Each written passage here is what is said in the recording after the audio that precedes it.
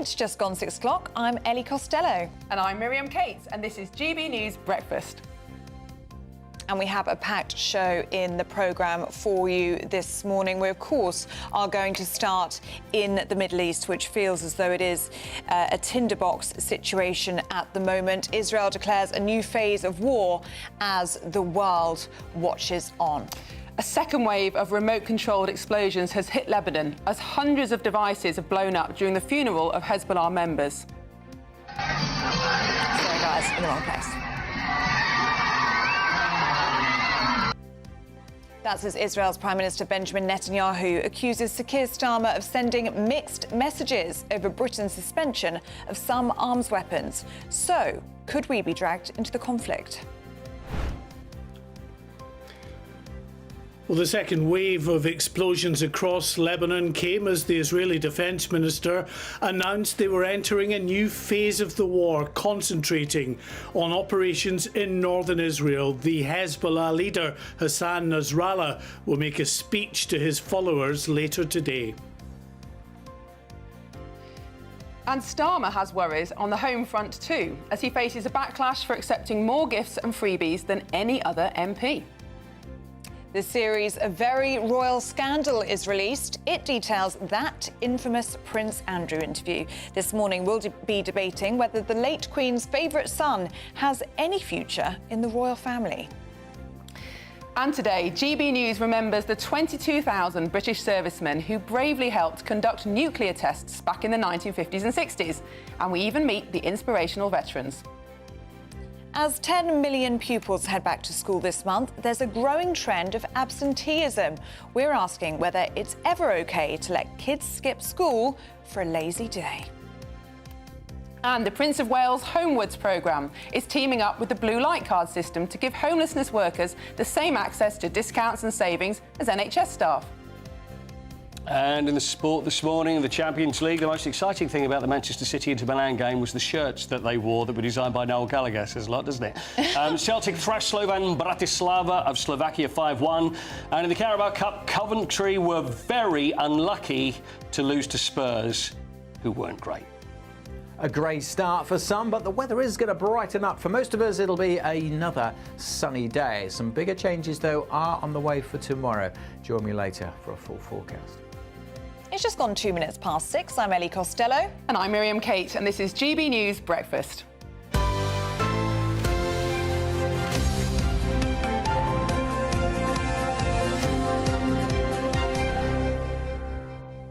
Miriam Cates, welcome to breakfast. Thank you. It's good How to be here. How are you feeling? I'm awake, which is good for this time in the morning. It's a good start. What time did you get up? I think I managed 10 to 4. I cut it quite fine. Okay. What about you? Yeah, 3.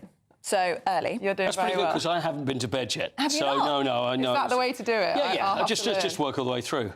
Okay. I had a little joking? sleep about 3 days ago was the last time. Yeah. Well, Spurs were playing last night. They just had me all worried. Yes. So that's the reason. Yeah. Did it finish late? Yeah, you know what? Were you there? Well, no, it was in Coventry, and I watched the game, and I thought, and it was so bad. And I'll be honest, it wasn't great. So at half time, I thought, right, 9 o'clock, this is bedtime, this is it. I want to get to. But then Coventry's got, and then I find myself watching, and then I find myself later, and then it's later and later. Always the way. Yeah. How many coffees have you had? You know what?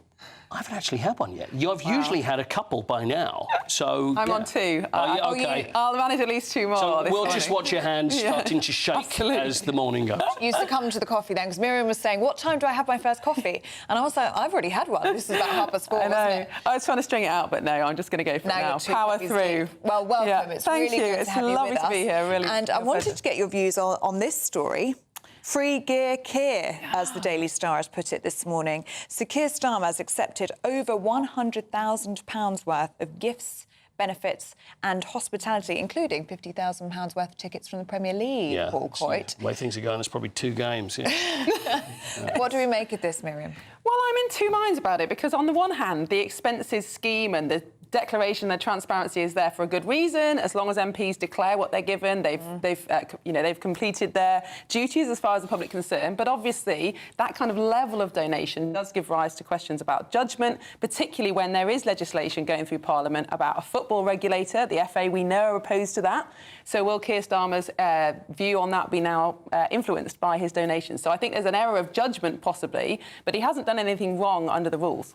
What do you think of it? Well, the thing is, I mean, let's be honest, if you're going to football, and OK, Keir Starmer's an Arsenal fan, which doesn't really go very well with me, but someone has to be. But exactly. But the thing is that if the Prime Minister of the country is going to go and watch a football match, does everybody really expect that he's going to pay his 20... I mean, let's be honest here, to spend whatever it is, whether it be 30 quid, to go and sit in the stands with everybody else. No. And then £50,000 on security. Of course. That's what it would be. Of course it would be. So I think when it comes to football, you know, it's like... And also, clubs would love to have... They love to have someone, whether it be famous, whether it be a politician, whether it be an actor, whether it be anybody, to come along and support the club. And, of course, they're going to offer that. And they offer that to lots of people. So the fact that he's the Prime Minister and the fact that everybody's going, oh, it's not fair, he should be paying, you know, that's just one thing for me, which is just too far. Well, Keir Starmer Taylor Swift is another thing. Well, that's another thing. But I think that was his wife, Victoria, who wanted to go to see Taylor Swift. And who can blame Who wouldn't? in that Yes, sense? of course. So Keir has defended his right to continue to take the football freebies. He says that if he wasn't accepting the gift of hospitality, he couldn't go to a football game. Fair. Which I'm not sure. No, I think it's fair. I think Miriam just said it. How much you've got to have security then around, and then how much in a situation at a football game, it's going to be hospitality. Of course, it's going to be hospitality. It just means it's in a lounge, it's in a safer environment. Yeah, there's a bit of food thrown in, but it's the Prime Minister, isn't it? Well, let us know what you think. You will certainly have a view at home. gbnews.com/yoursay. Now, at 6 minutes past 6, let's take a look at our top story, shall we? The Israeli government has declared a new phase of war following a wave of walkie-talkie and pager explosions across Lebanon.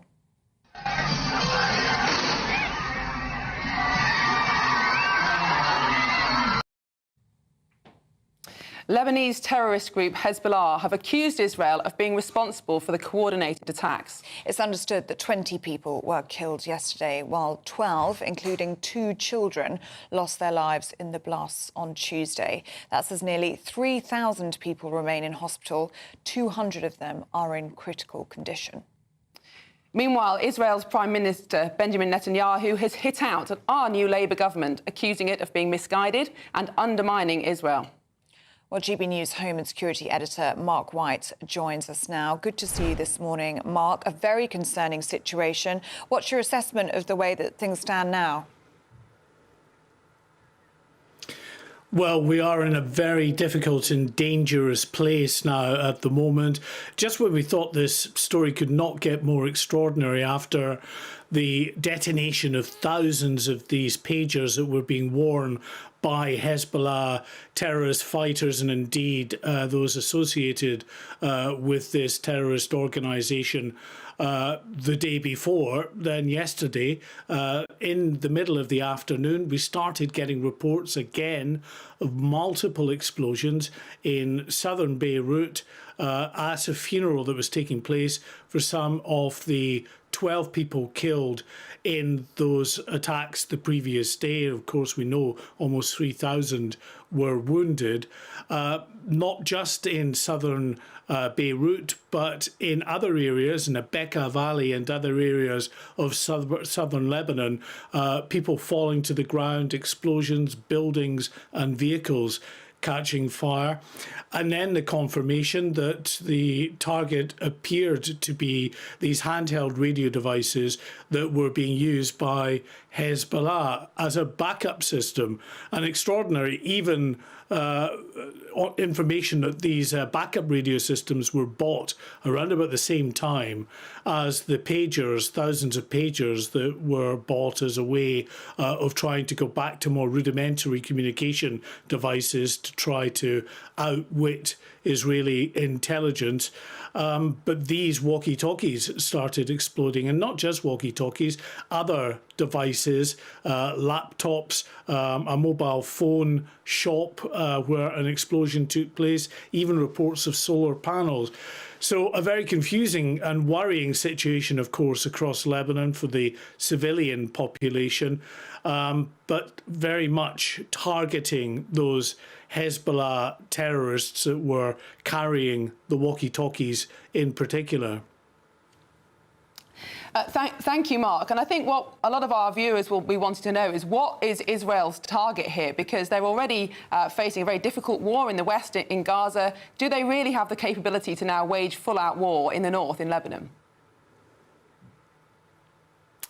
Well, they certainly have the capability. They are a very strong regional military with huge capability. Now, remember, they have been waging this war in Gaza since the 7th of October last year, after those horrific attacks that left 1,200 people dead, including a number of British citizens, and hundreds of hostages taken as well, more than 100 of those hostages still being held. But that operation in Gaza, to an extent, over recent weeks, has been widening down. There have still, of course, been attacks, but Israel has been able to deploy forces back up to its northern border with southern Lebanon.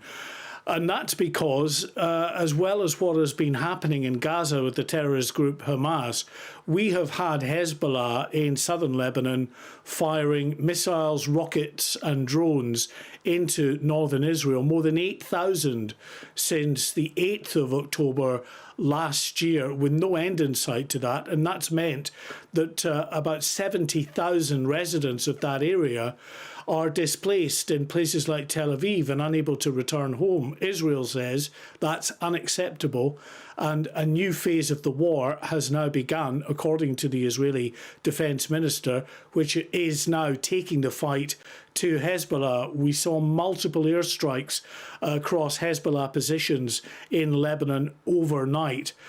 And we are expecting today a speech from the Hezbollah leader, Hassan Nasrallah. So before, when we've had multiple speeches from him, yes, bellicose, full of the usual rhetoric that you would expect, but not signalling that Hezbollah was going to come into the war in a full-throated effort against Israel. Now, that might change, even if they will struggle to do that, certainly for the time being, given that their communication system is in absolute tatters and many hundreds of their fighters have been taken out of the picture. OK. Mark White, our Home Security Editor, thank you very much indeed for your analysis. Let's speak now to Defence Editor at the Evening Standard, Robert Fox, who joins us now. Good to see you this morning, Robert. And we are in a very difficult and dangerous place with this now, aren't we? Yes, it's very interesting. You have to work out, as Mark was explaining, what this operation was about. There are broadly two approaches to this. One is this was an operation in its own right, as he said, to take out the command and control of Hezbollah, and it really has messed with that. There is a view that Hezbollah had twigged something was wrong with their communications, and that's why they had to go in and go early, as one of the Israeli ministers said in a briefing yesterday in Jerusalem. They have always been worried about this northern border, and it's part of Netanyahu, Prime Minister Netanyahu's war policy.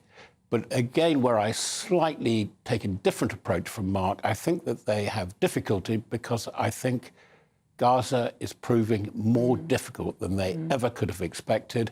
And the bit that's missing, they've got a war that isn't called a war on the West Bank. Where there are new elements, there are new militant elements. And I was wondering, yes, Hassan Nasrallah, the charismatic leader of Hezbollah, which is as much a political party as a military terrorist or organisation, he'll probably come up with very high-flown rhetoric and say we must defend our homeland and, you know, and be very, very aggressive about Israel, to put it mildly, because in the past they've said that Israel should be wiped out. But it's a message to the sponsors, too. It's a message to Iran. And I think as worrying what the Hezbollah command in Lebanon is going to do is what Iran, and particularly the Iranian Revolutionary Guard, is going to do about this. And of course, this is an incredibly dangerous situation for Israel, surrounded by enemies on all sides, Iran looming large over this situation. But in terms of Britain's involvement, only recently, a few weeks ago, David Lammy cancelled 30 arms exports to Israel, which clearly has not harmed their capability at all. This is a very audacious attack. How is Britain being perceived in Israel right now? Well, Mr. Netanyahu doesn't like this because the one thing that this new government excels in is what is known as lawfare. It's stuffed full of lawyers of saying the Lord says this and the law says that.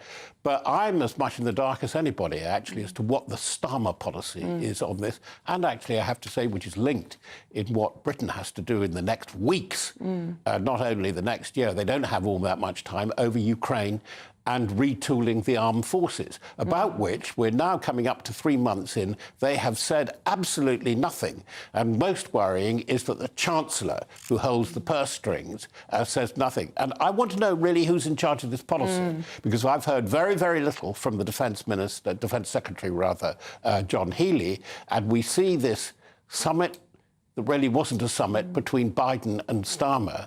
And who is next to him?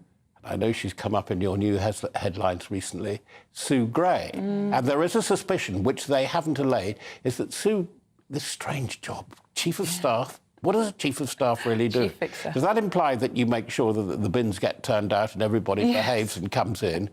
Or are you doing policy? And there's a great suspicion that this person, with some strong views, I understand, is actually running policy. And is that why, I think for the UK, vis-à-vis Israel, and when you go further south, we're going to hear a lot of them over the next few days, the Houthis, because the Houthis work with Iran and they'll do something, and they've been launching projectiles, rather interesting, sophisticated ones on Israel.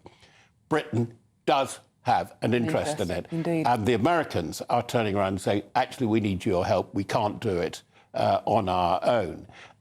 It is. You can't do this posture, you know, the well-known military manoeuvre of sitting on your hands and saying my indecision is final. I think, and it's beginning to look like that. Indeed, indeed. OK, Robert Fox, good to see you this morning. Thank you so much. Now let's have a look at politics at home. And it's been revealed that Sir Keir Starmer has received more freebies than any other MP since taking the keys to number 10, totalling around £100,000. So let's take a listen to what he previously had to say about decency in politics when he was leader of the opposition. As ever, one rule for them, another rule for everybody else.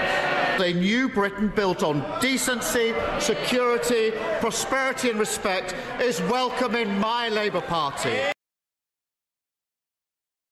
Well, this comes after it was revealed that Keir Starmer's Chief of Staff, Sue Gray, who we've just mentioned, reportedly takes home a salary of £170,000. That is considerably more than the Prime Minister and greater than any Conservative predecessor. Now, political strategist and commentator Peter Barnes is going to join us to discuss this story. Very good morning to you, Peter. How damaging is this, do you think, politically for Sir Keir Starmer? Really, politically, I'm not quite so sure. This is the problem the Prime Minister's got, is it's not a legal problem, it's an optics problem. And given the fact that he's very happy to take over £100,000 worth of gifts, whilst at the same time taking away things like the winter fuel allowance, potentially taking away things like the pensioners' bus pass and the single occupancy rate on council tax, you know, it's not a particularly good look for the Prime Minister. But in terms of his ability to get anything done, I mean, he has a 170-odd majority. I mean, government can basically carry on as normal. This is the interesting thing about Prime Ministers with super majorities. In terms of, how this actually looks to the general public, I don't think this has gone down well at all.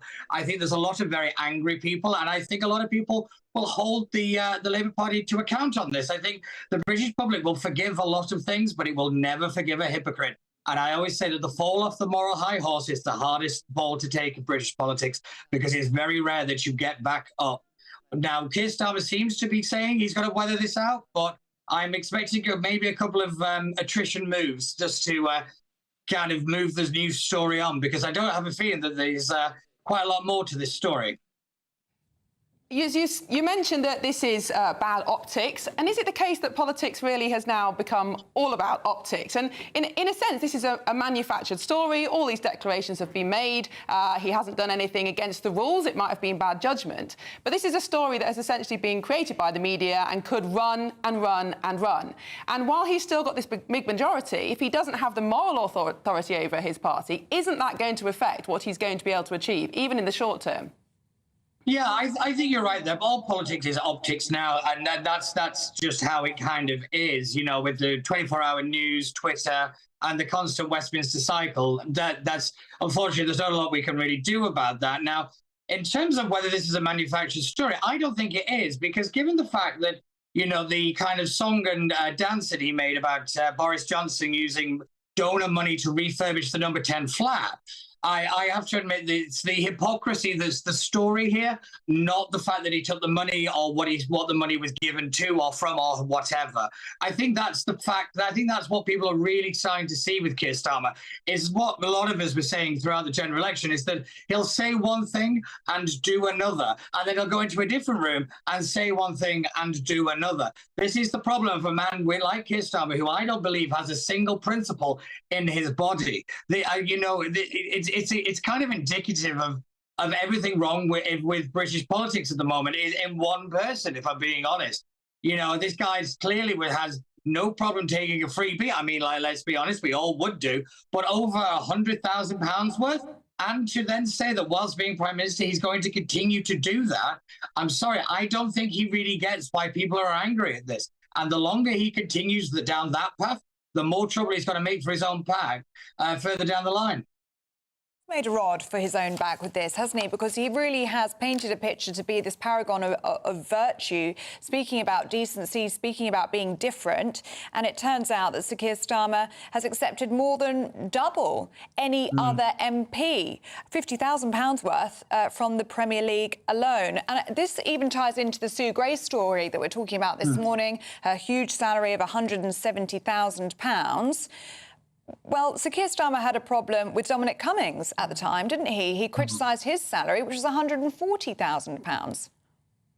Oh yeah, definitely. And again, this is the problem of being in opposition is you criticise everything, but then when you finally get into power, then you have to start living by the rules that you set. This is a problem Keir Starmer's finding. But when it comes to Sue Gray, I have no problem with her being paid a particularly large amount of money. The Chief of Staff is actually an incredibly important job. You know, they are the gatekeeper to the Prime Minister. That's a very powerful and very important position to hold. The interesting question to really ask is, what else is Sue Gray doing? Is she really taking on a policy position? Is she taking on a kind of de facto political role? You know, without a single person ever voting for her. Let's be honest, Sue Gray isn't one, from what we hear around Westminster anyway, to hold back on her opinions on things.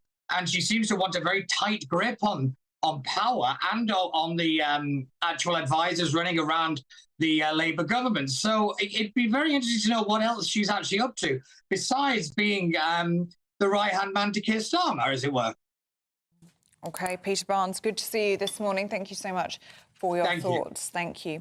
Miriam, what do you make of this Sue Gray story and this huge salary, £170,000? Well, it is a large salary, but if we look at what politicians in this country are paid and advisors, it's actually not that much compared to many other countries. And I think I was reading yesterday, the Prime Minister 100 years ago was paid the equivalent today of £800,000, really? An enormous salary. Now, you could argue whether that's too big or too small, but if we constantly obsess about what our Prime Ministers are paid, what they claim in expenses, what we're not doing is focusing on their policy, on really important issues like the Middle East, like ageing population, these things that really matter. And I think sometimes, yes, of course, there may be some errors of judgment, but are we really a serious country if our headline news is how much an advisor is paid? Yeah, let us know what you think. You will definitely have a view. gbnews.com/your say. Now, of course, we're going to talk about another huge political issue, which, of course, is immigration. And this, I know, is something that really, really matters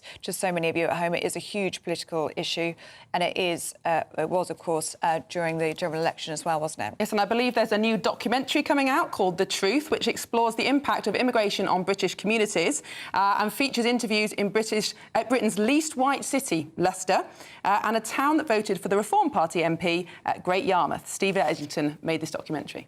The Britain I grew up was the most peaceful, gentle society that has ever existed. That has been destroyed. Opinion polls show immigration is the #1 concern to the British public. Are you proud to be British? Yeah, I'm ever so proud. My name is Stephen Edgington, and in this documentary, I want to find out how Britain became a nation of immigrants. Immigration, the truth, available at gbnews.com. Right, let's have a look now at some of the other stories coming into the newsroom today.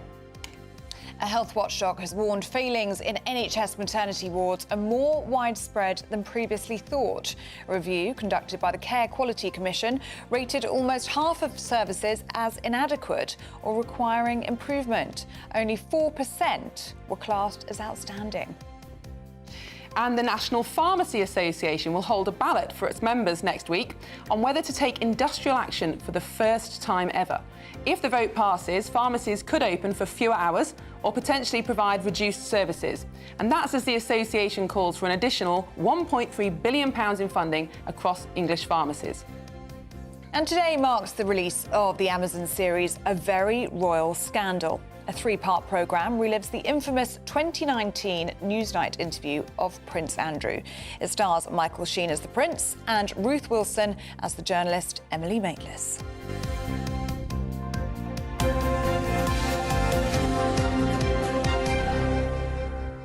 Now, still to come, veterans have been honoured for operations carried out in the 1950s and 60s. We're going to have all of the details next.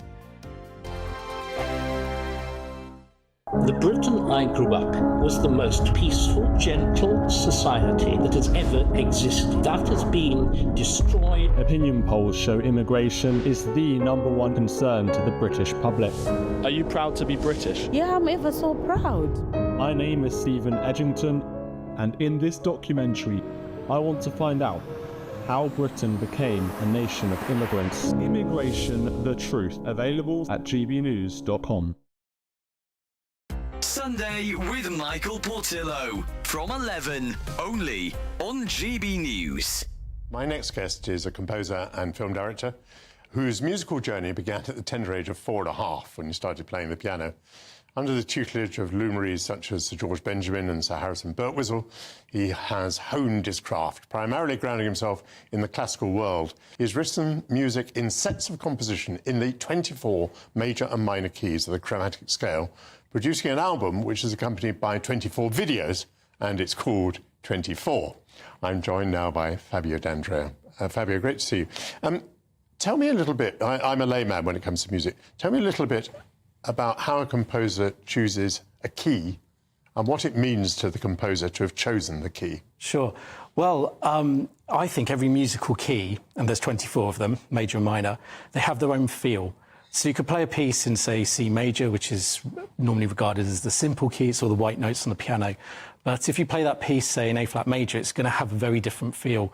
So I decided to create this project, 24 pieces, again, looking back at our traditions and the history of what composers have done in the past, especially in regards to piano music, and explore every key, see if I could bring out the emotion that you feel from that actual key itself. Were you fonder of some than others? I imagine, for example, you're not so fond of C because it's too straightforward. Actually, no, I love all of them. And that's the beauty of music. Every key has its own feel. And some keys are associated with different feelings. So, for example, C major has actually been historically associated with victory. It's quite a victorious feel about it. I love D flat major. That's quite mellow. But every key has its own special feeling. And sometimes something will just sound different in that one key, and it's meant to be in that key. So for me, this has been a whole exploration of that. GB News, the People's Channel. Hi there, I'm Michelle Dewberry, and I'm going to take a second to tell you all about my show, Dubes & Co. We start off with the issues of the day. We then bring in both sides of the argument. We get rid of the disrespect. And then you throw me into the mix. And trust me, I'll tell it exactly how it is. And then, of course, the magic ingredient, you at home. We mix it all together, and what have we got? In my opinion, the best debate show in town. Monday to Friday, 6 till 7 on GB News, Britain's news channel.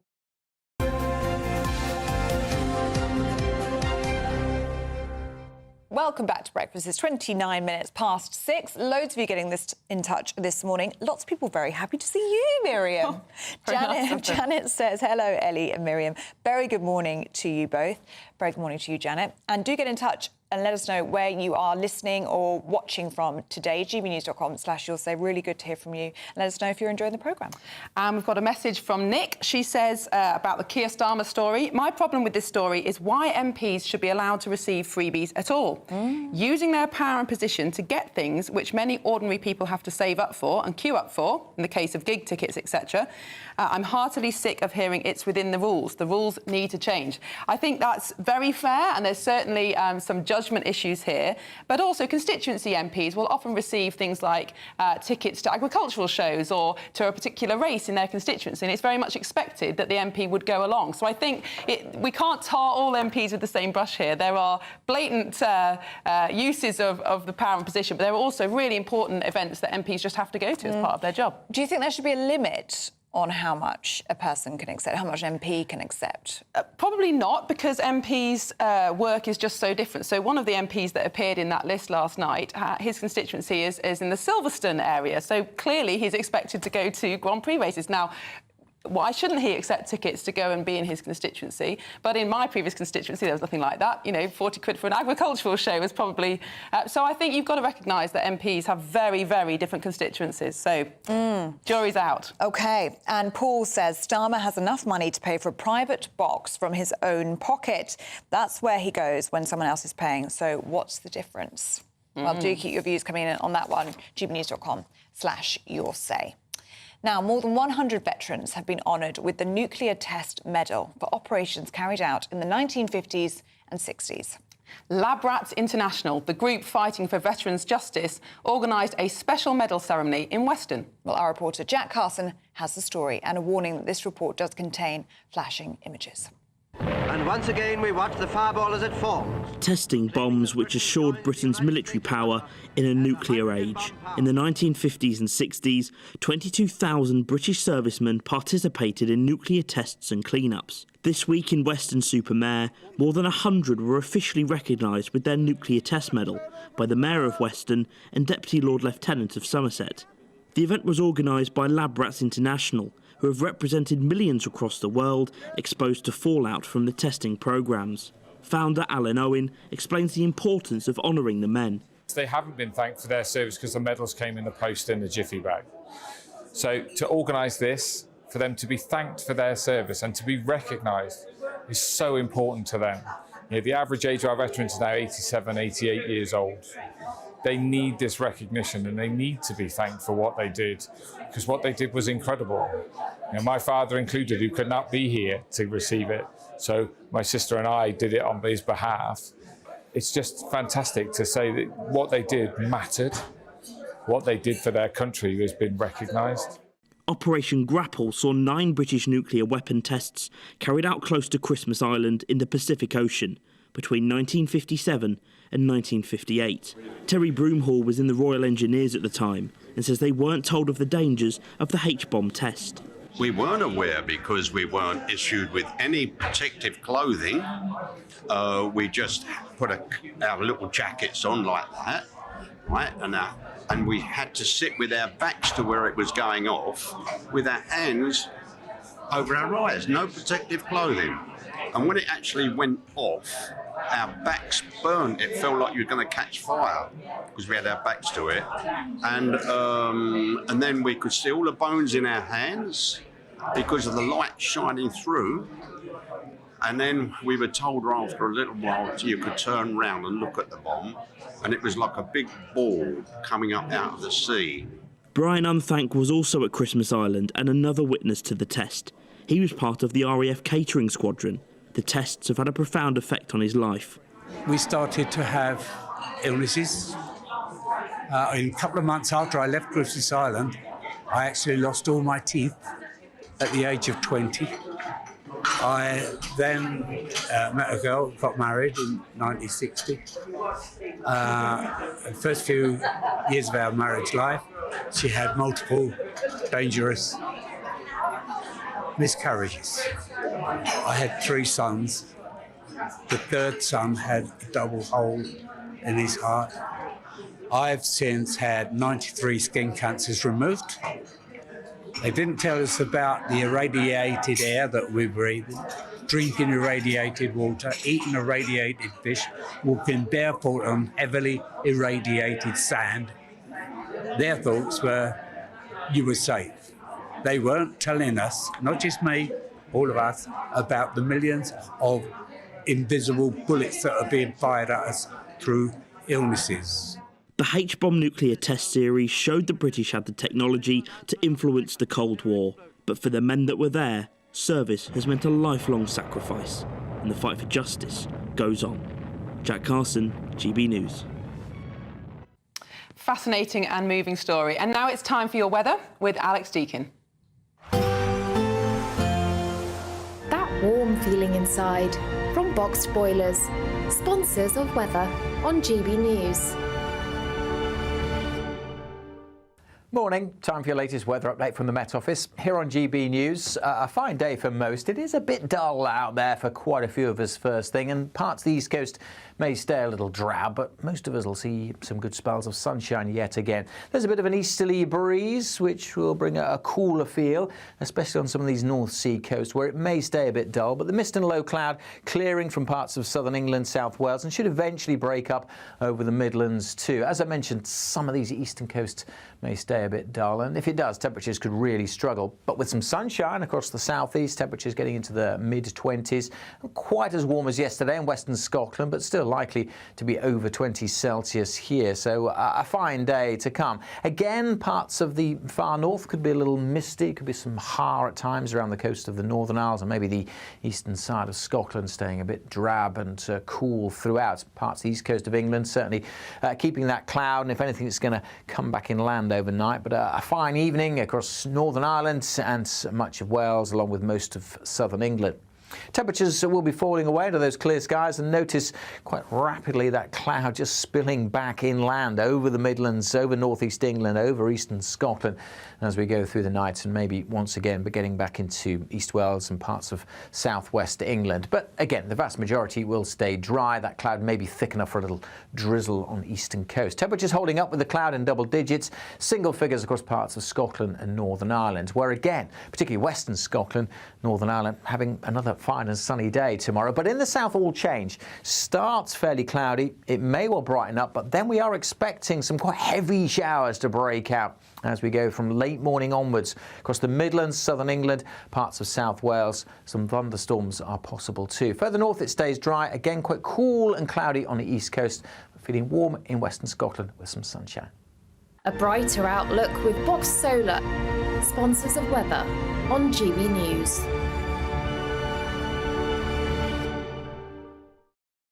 OK, it's time for the Great British Giveaway now, and your chance to win the equivalent of having an extra £3,000 in your bank account each month for the next year. It's a whopping £36,000 in tax-free cash. Here are all the details that you need for your chance to make it yours. This is your chance.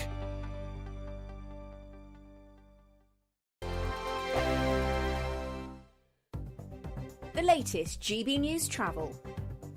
Good morning, I'm Russell Holding. In Argyll and Bute, the A83 is closed each way off the A814 between the Helensburgh turn-off and Rest and Be Thankful because of a landslip. Diversions are in place. It's a 60-mile-long diversion. In South Ayrshire, the A77 is closed each way along Main Road at Minishant after an accident.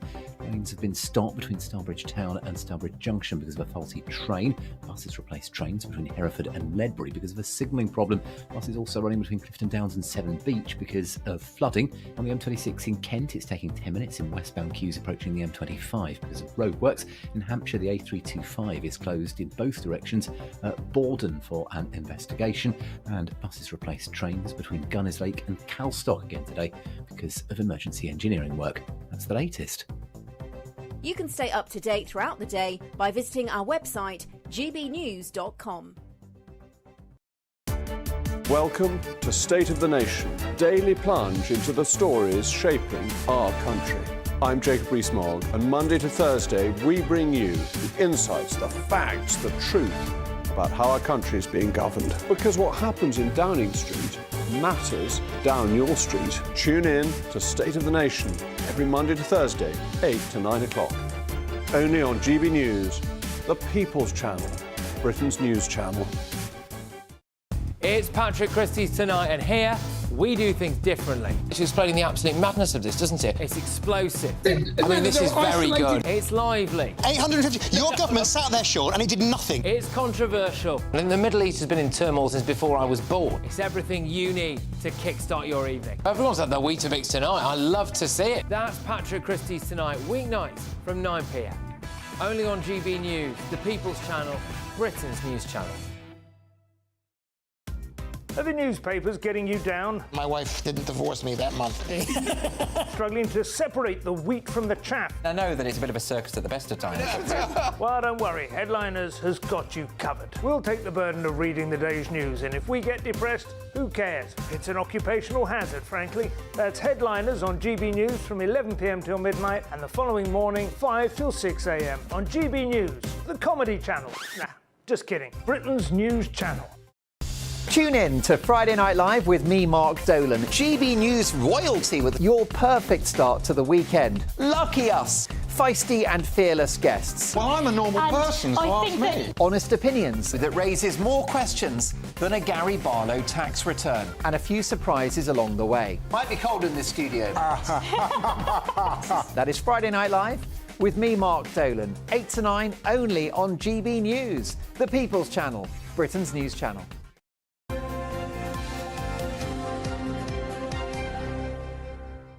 Welcome back. It's time to go through all the latest sports news now. Paul Coit is here with us. Hello. Morning. Good morning. Should we start with the Champions League? Well, let's start with the Champions League. It wasn't really a great game for Manchester City, although Manchester City, they start slowly every season. So I don't think there's any worry there. Probably the most interesting part, I didn't mention this earlier, was probably the fact that they have their kit that is designed, co-designed by Noel Gallagher. Yes. Wait, have a look. There we go. Look, what do you think of that? There's Erling Haaland there wearing the kit. There's a little bit of yellow on there. It's a bit kind of American, I think. You think so? It's a bit different, isn't it? I think they look like sweets. It's around. It's you know what I mean? They look like fizzy sour sweets. I think that's what they were going for. It's actually a tribute somehow to Definitely Maybe, which celebrates its 30th anniversary, and on the back of the shirt it says Definitely City. So I don't know, it's a bit of a tenuous link, if you ask me. A distraction from an ill order. That's exactly what it is. You know, things weren't great, Miriam, when I find I'm talking more about the shirt than I am actually about the game. But it was 0-0 against Inter Milan. That was the final in 2023. Early days, it's the first game of the Champions League, so they've got another 7 to play before they will then, which they will, go through to the knockout stage after this. But Pep Guardiola, he said he was satisfied. This is what Pep had to say. I'm still really satisfied for the game we played and defending how they defend. They are masters of that, so deep. They help each other unbelievably. So you cannot expect to create a lot of chances, but the chance we create, the first half, one from Bernardo, and especially second half, so clear. And in this type of games, the difference is that we play much better than the 2 years ago, the final against them in the final Champions League.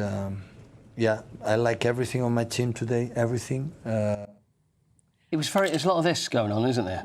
I don't know if it was a very small person that asked the question that's just in front of us. And he's doing this. But managers seem to do that. You very rarely will get eye contact with managers. So it's like Ange Postecoglou is a similar one who doesn't do that. The eyes are all over the place. So I don't know what does that tell you? They need some presenting training. Do you think that's what it is?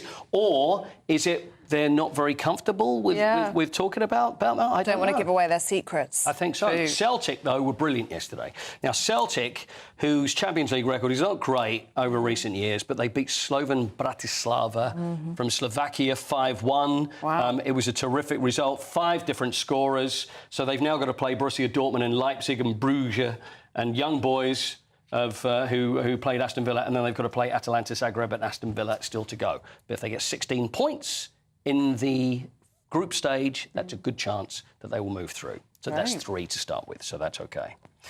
You've mentioned Ange. Yes. Can I ask you about Spurs last Yeah. night? You're not very happy, are you? Well, even though it's 2-1, so I feel like you can't, can't knock exactly. that. It's all about the result. It's all about how it ends. But it wasn't a great performance by Spurs.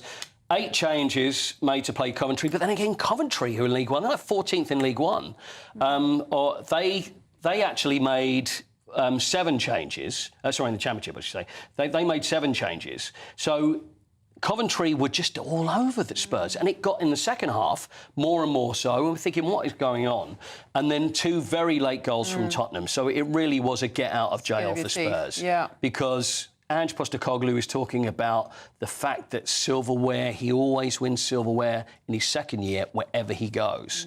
So it was almost that chance disappeared yesterday. But anyway, they got away with it, and that's what it was. They did get away with it. Jed Spence and Brendan Johnson scored in the 92nd minute. Brighton won 3-2 against Wolves. Now, one more. Would you like to do the Commonwealth Games or would you like to do the tennis? Ooh, tennis. Tennis? Go with something different. And briefly, please, Coity. I don't do briefly. I know you don't, but it's going to be Laver Cup.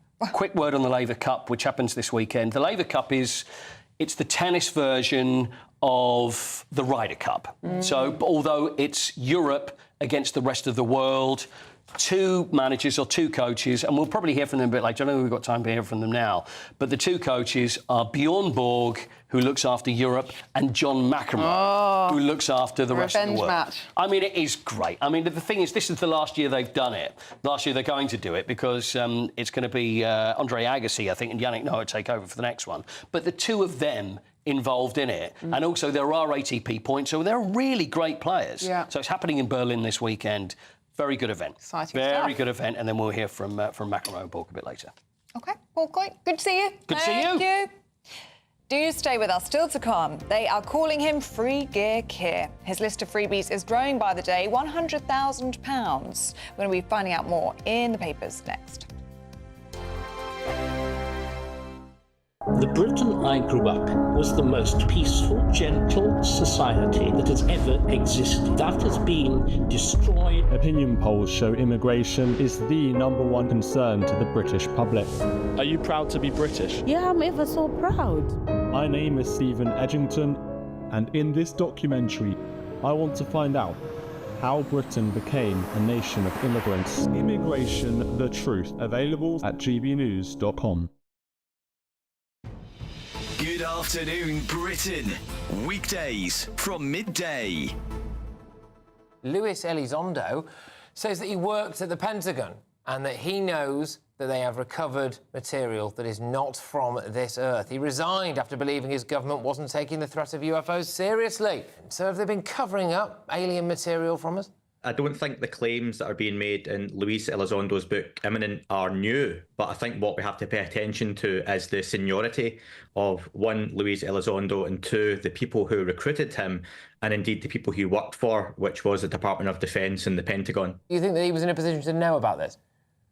Yeah, he would have been. He would have been speaking to the individuals who were taking part in these investigations. You're showing some of those clips just now that potential incursions by objects controlled by a non-human intelligence, potentially. We're not saying alien necessarily, but something non-human. Seems a bit far-fetched to me, Andrew. I'm a sceptic. When people say sceptical, I think as a species, we're relatively new in terms of what we do in space. But right now, we've got a robot on Mars that drives about and has a little helicopter drone that every so often comes up, flies about away 10 feet from it to collect samples and comes back. Now, a species a couple of hundred years down the line from us would have far better technology than that. So who's to say what we're encountering aren't just really advanced probes from something else that's just slightly ahead of us in the technological scale? I don't think that's too far stretch of the imagination. When you do see things like what we just saw there, which was made public, the New York Times did a big expose on all of this, and actually, you know, the world didn't end. We weren't all outside fighting each other for scraps of food and burning down the nearest Lidl, were we? We just thought, oh, that's quite cool. I think now we have to look at it and maybe take a step back, look at the people coming out now, talking about UFOs and thinking, is there something to this that we've maybe been overlooking? GB News, the People's Channel. Mark Dolan tonight is your weekend dose of news, debate and entertainment. This sounds like a wild conspiracy theory. Don't miss my big opinion. Mark meets and my take at 10. Democracy is a funny old thing. And we don't do boring, not on my watch. I just won't have it. Let's go and get another glass of that bubbly. You've earned it. That's Mark Dolan tonight, Saturday and Sunday, 9 to 11, only on GB News, the People's Channel, Britain's news channel.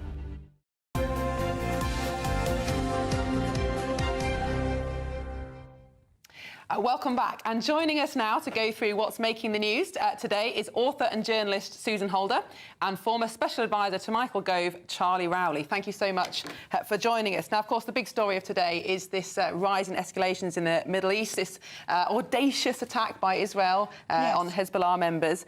Is this a new phase of war or just the latest in a tit-for-tat?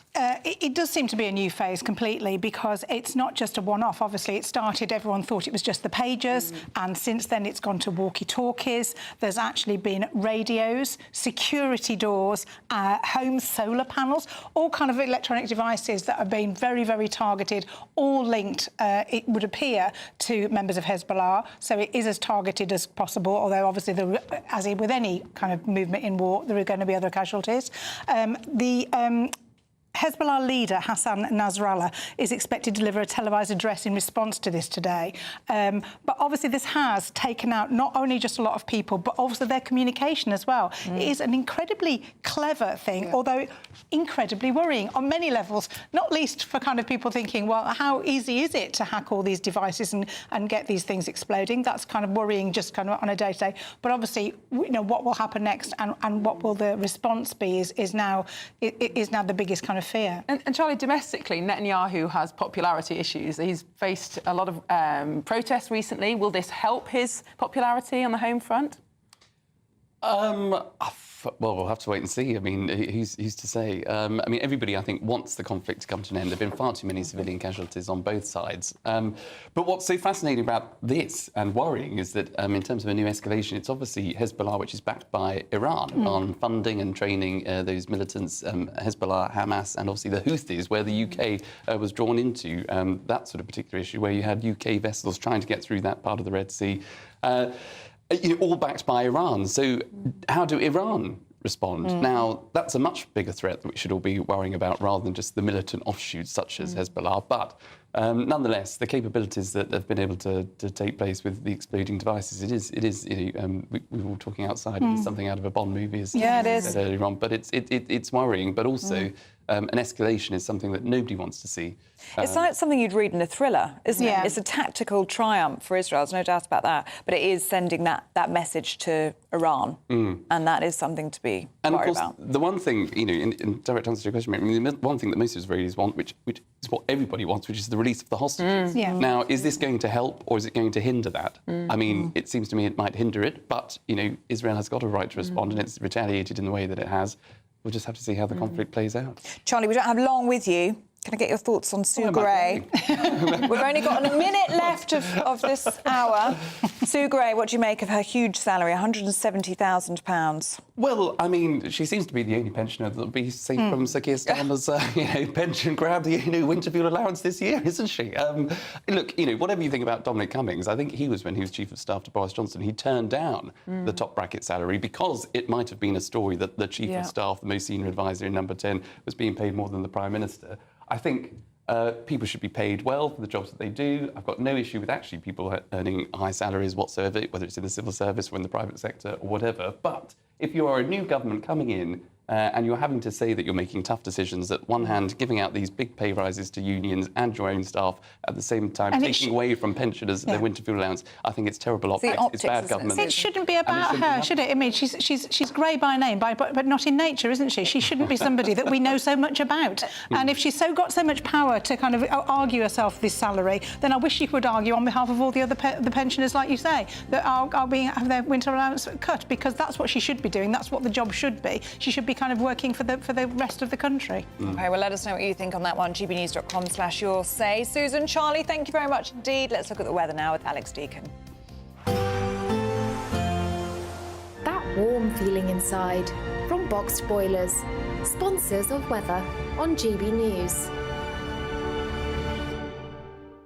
Morning, time for your latest weather update from the Met Office. Here on GB News, a fine day for most. It is a bit dull out there for quite a few of us first thing, and parts of the East Coast may stay a little drab, but most of us will see some good spells of sunshine yet again. There's a bit of an easterly breeze, which will bring a cooler feel, especially on some of these North Sea coasts, where it may stay a bit dull, but the mist and low cloud clearing from parts of southern England, South Wales, and should eventually break up over the Midlands too. As I mentioned, some of these eastern coasts may stay a bit dull, and if it does, temperatures could really struggle. But with some sunshine across the southeast, temperatures getting into the mid-20s, and quite as warm as yesterday in western Scotland, but still likely to be over 20 Celsius here. So a fine day to come. Again, parts of the far north could be a little misty, could be some har at times around the coast of the Northern Isles, and maybe the eastern side of Scotland staying a bit drab and cool throughout. Parts of the east coast of England certainly keeping that cloud, and if anything, it's going to come back inland overnight. But a fine evening across Northern Ireland and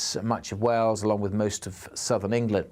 Temperatures will be falling away into those clear skies, and notice quite rapidly that cloud just spilling back inland over the Midlands, over northeast England, over eastern Scotland as we go through the night, and maybe once again but getting back into East Wales and parts of southwest England. But again, the vast majority will stay dry. That cloud may be thick enough for a little drizzle on the eastern coast. Temperatures holding up with the cloud in double digits, single figures across parts of Scotland and Northern Ireland, where again, particularly western Scotland, Northern Ireland, having another fine and sunny day tomorrow. But in the south, all change. Starts fairly cloudy. It may well brighten up, but then we are expecting some quite heavy showers to break out as we go from late morning onwards across the Midlands, southern England, parts of South Wales. Some thunderstorms are possible too. Further north, it stays dry. Again, quite cool and cloudy on the east coast. Feeling warm in western Scotland with some sunshine. A brighter outlook with Box Solar, sponsors of weather on GB News.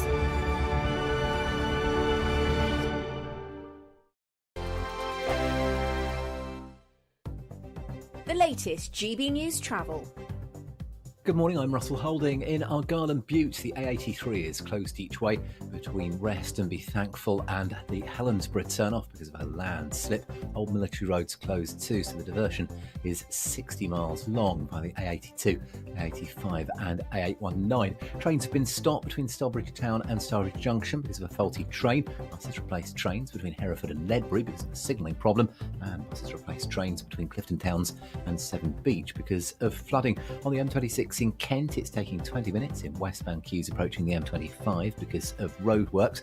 In Hampshire, the A325 is closed at Borden, where a vehicle overturned and brought down power cables at the Pickett's Hill junction. And buses replaced trains between Gunners Lake and Calstock again today because of emergency engineering work. You can stay up to date throughout the day by visiting our website, gbnews.com. If you want your news to be straight talking... This is a nightmare for the Conservatives again. Down to earth. It's not just Nottingham where this is happening, is it? And most importantly, honest. Hard-working, middle-class taxpayers, they'll get their book thrown at them. Then catch me, Martin Daubney, Monday to Friday, 3 till 6 p.m. on GB News, Britain's news channel.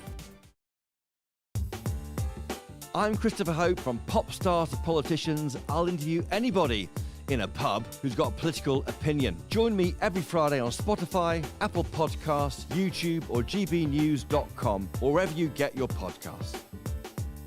This is GB News, the People's Channel. We're proud to be GB News, the People's Channel, and as you know, we always love to hear your views. Now, there's a new way of getting in touch with us at gbnews.com/your say. By commenting, you can be part of a live conversation and join our GB News community. You can even talk to me, Bev Turner, or any of the members of the GB News family.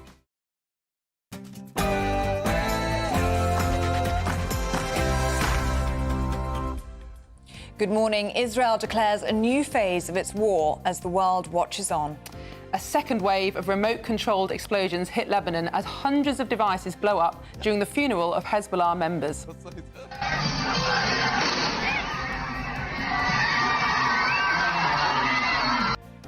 Well, that's as Israel's Prime Minister Benjamin Netanyahu accuses Sir Keir Starmer of sending mixed messages over Britain's suspension of some arms weapons. So we're asking this morning, could we be dragged into the conflict? And Starmer has worries on the home front too, as he faces a backlash for accepting more gifts and freebies than any other MP. The series A Very Royal Scandal is released on Amazon Prime. It details that infamous Prince Andrew interview. This morning, we'll be debating whether the late Queen's favourite son has any future in the royal family. And today, GB News remembers the 22,000 British servicemen who bravely helped to conduct nuclear tests back in the 1950s and 60s, and we even meet the inspirational veterans. As 10 million pupils head back to school this month, there's a growing trend of absenteeism. We're asking whether it's ever okay to let kids skip school for a lazy day. And the Prince of Wales Homewards programme is teaming up with the Blue Light Card system to give homelessness workers the same access to discounts and savings as NHS staff. And in the sport this morning in the Champions League, the most exciting thing about the Man City Inter Milan game was probably the shirts that they wore, that were designed by Noel Gallagher. Celtic thrashed Slovan Bratislava of Slovakia 5-1. And in the Carabao Cup, Coventry very unlucky to lose to Spurs, who weren't great last night. A grey start for some, but the weather is going to brighten up. For most of us, it'll be another sunny day. Some bigger changes, though, are on the way for tomorrow. Join me later for a full forecast. It's just coming up to 2 minutes past 7. I'm Ellie Costello. And I'm Miriam Cates, and this is GB News Breakfast.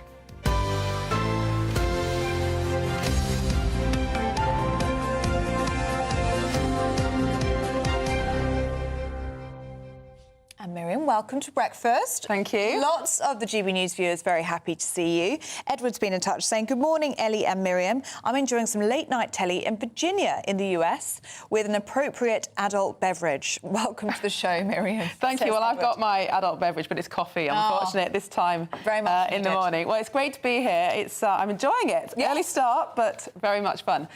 Ian says he has an unpopular opinion. The real issue is how little we pay the Prime Minister and MPs. Many council officers, NHS workers, university leaders, mid-ranking functionaries in large companies get more or similar. Well, I have to agree. And of course, no one should go into politics for the money, but we also want to attract the very brightest and best, surely, to public leadership. And if MPs earn less than software engineers, are we really attracting the right people? No, that's a good point. Ian goes on to say he thinks we should pay the Prime Minister at least £1 million a year, and MPs should be given a good salary, 250k minimum. What do you make of that? Well, I don't know about the exact amount. I mean, they are whopping salaries. But certainly, if we want people who've reached the top of their career, let's say in finance or business or law, they are taking a massive pay cut to become an MP, and that's why a lot of them don't do it. Now, of course, these figures are crazy, but we do want the best people in politics. So it's a very difficult trade-off, isn't it, I think? Ian makes that exact point, saying the quality of MPs would rise then. If you pay peanuts, you get monkeys. Or you get people who are very privately wealthy and can afford to do the job, and we don't want that already made either. their millions. Exactly. Yeah. And Will says, free gear Keir. I care not that he gets freebies. I care about his holier-than-thou rants at the Tories, and now he is doing just the same. And I think it's that that's bothering people. It's not the freebies, it's not the hospitality many would expect it of the Prime Minister. It's the hypocrisy. You reap what you sow, some people would say. Yeah, and you've made your bed, haven't you? Made your rod for your own back. Absolutely. Perhaps. Let us know what you think. gbnews.com/your say. Now to our top story this morning, and the Israeli government has declared a new phase of war following a wave of walkie-talkie and pager explosions across Lebanon.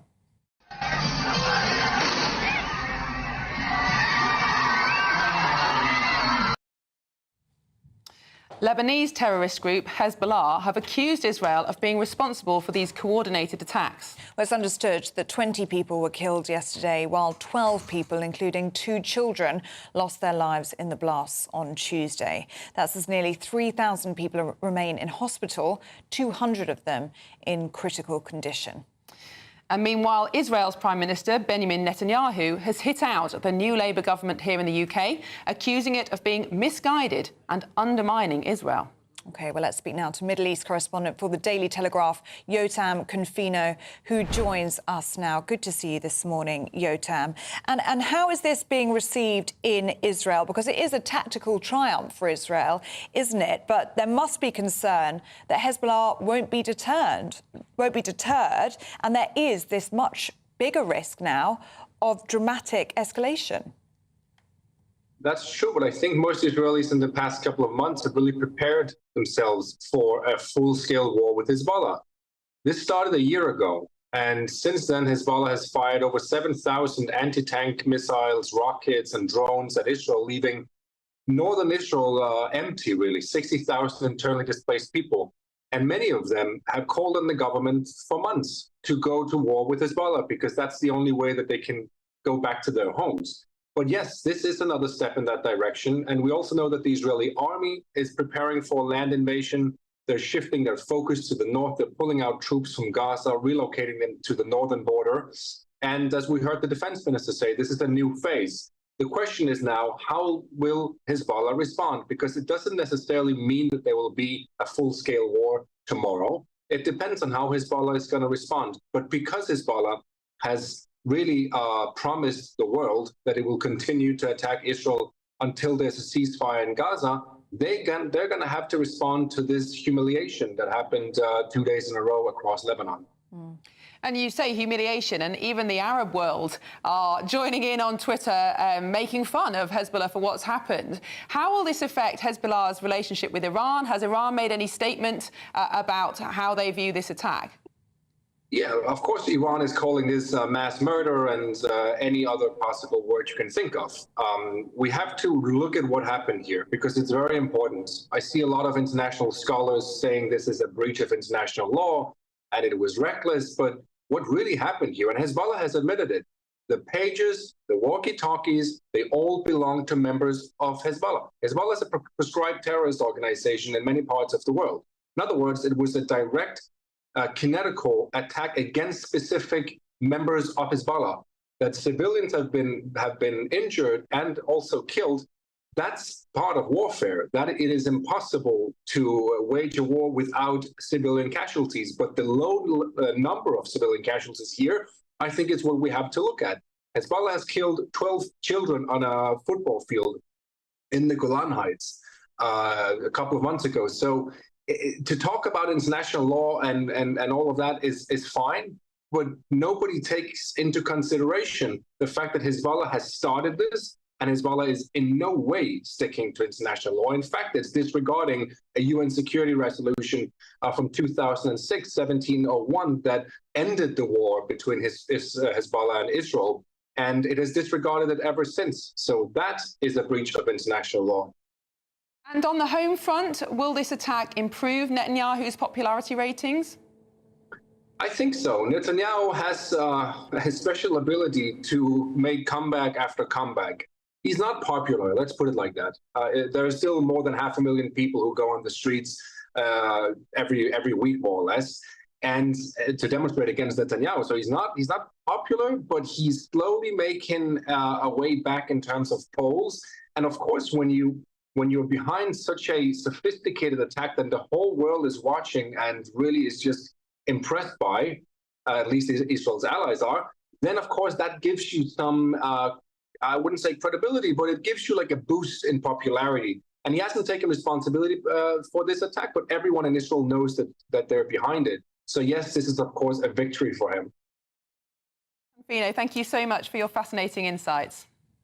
Thank you. Let's speak now to Defence Editor at Evening Standard, Robert Fox, who joins us now. Good to see you, Robert.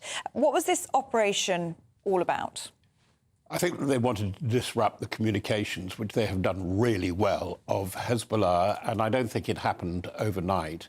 The planning must have been quite elaborate. It's still not clear how they got into the production and distribution, because they must have fiddled with the things. Anyway, both the walkie-talkies and the pagers.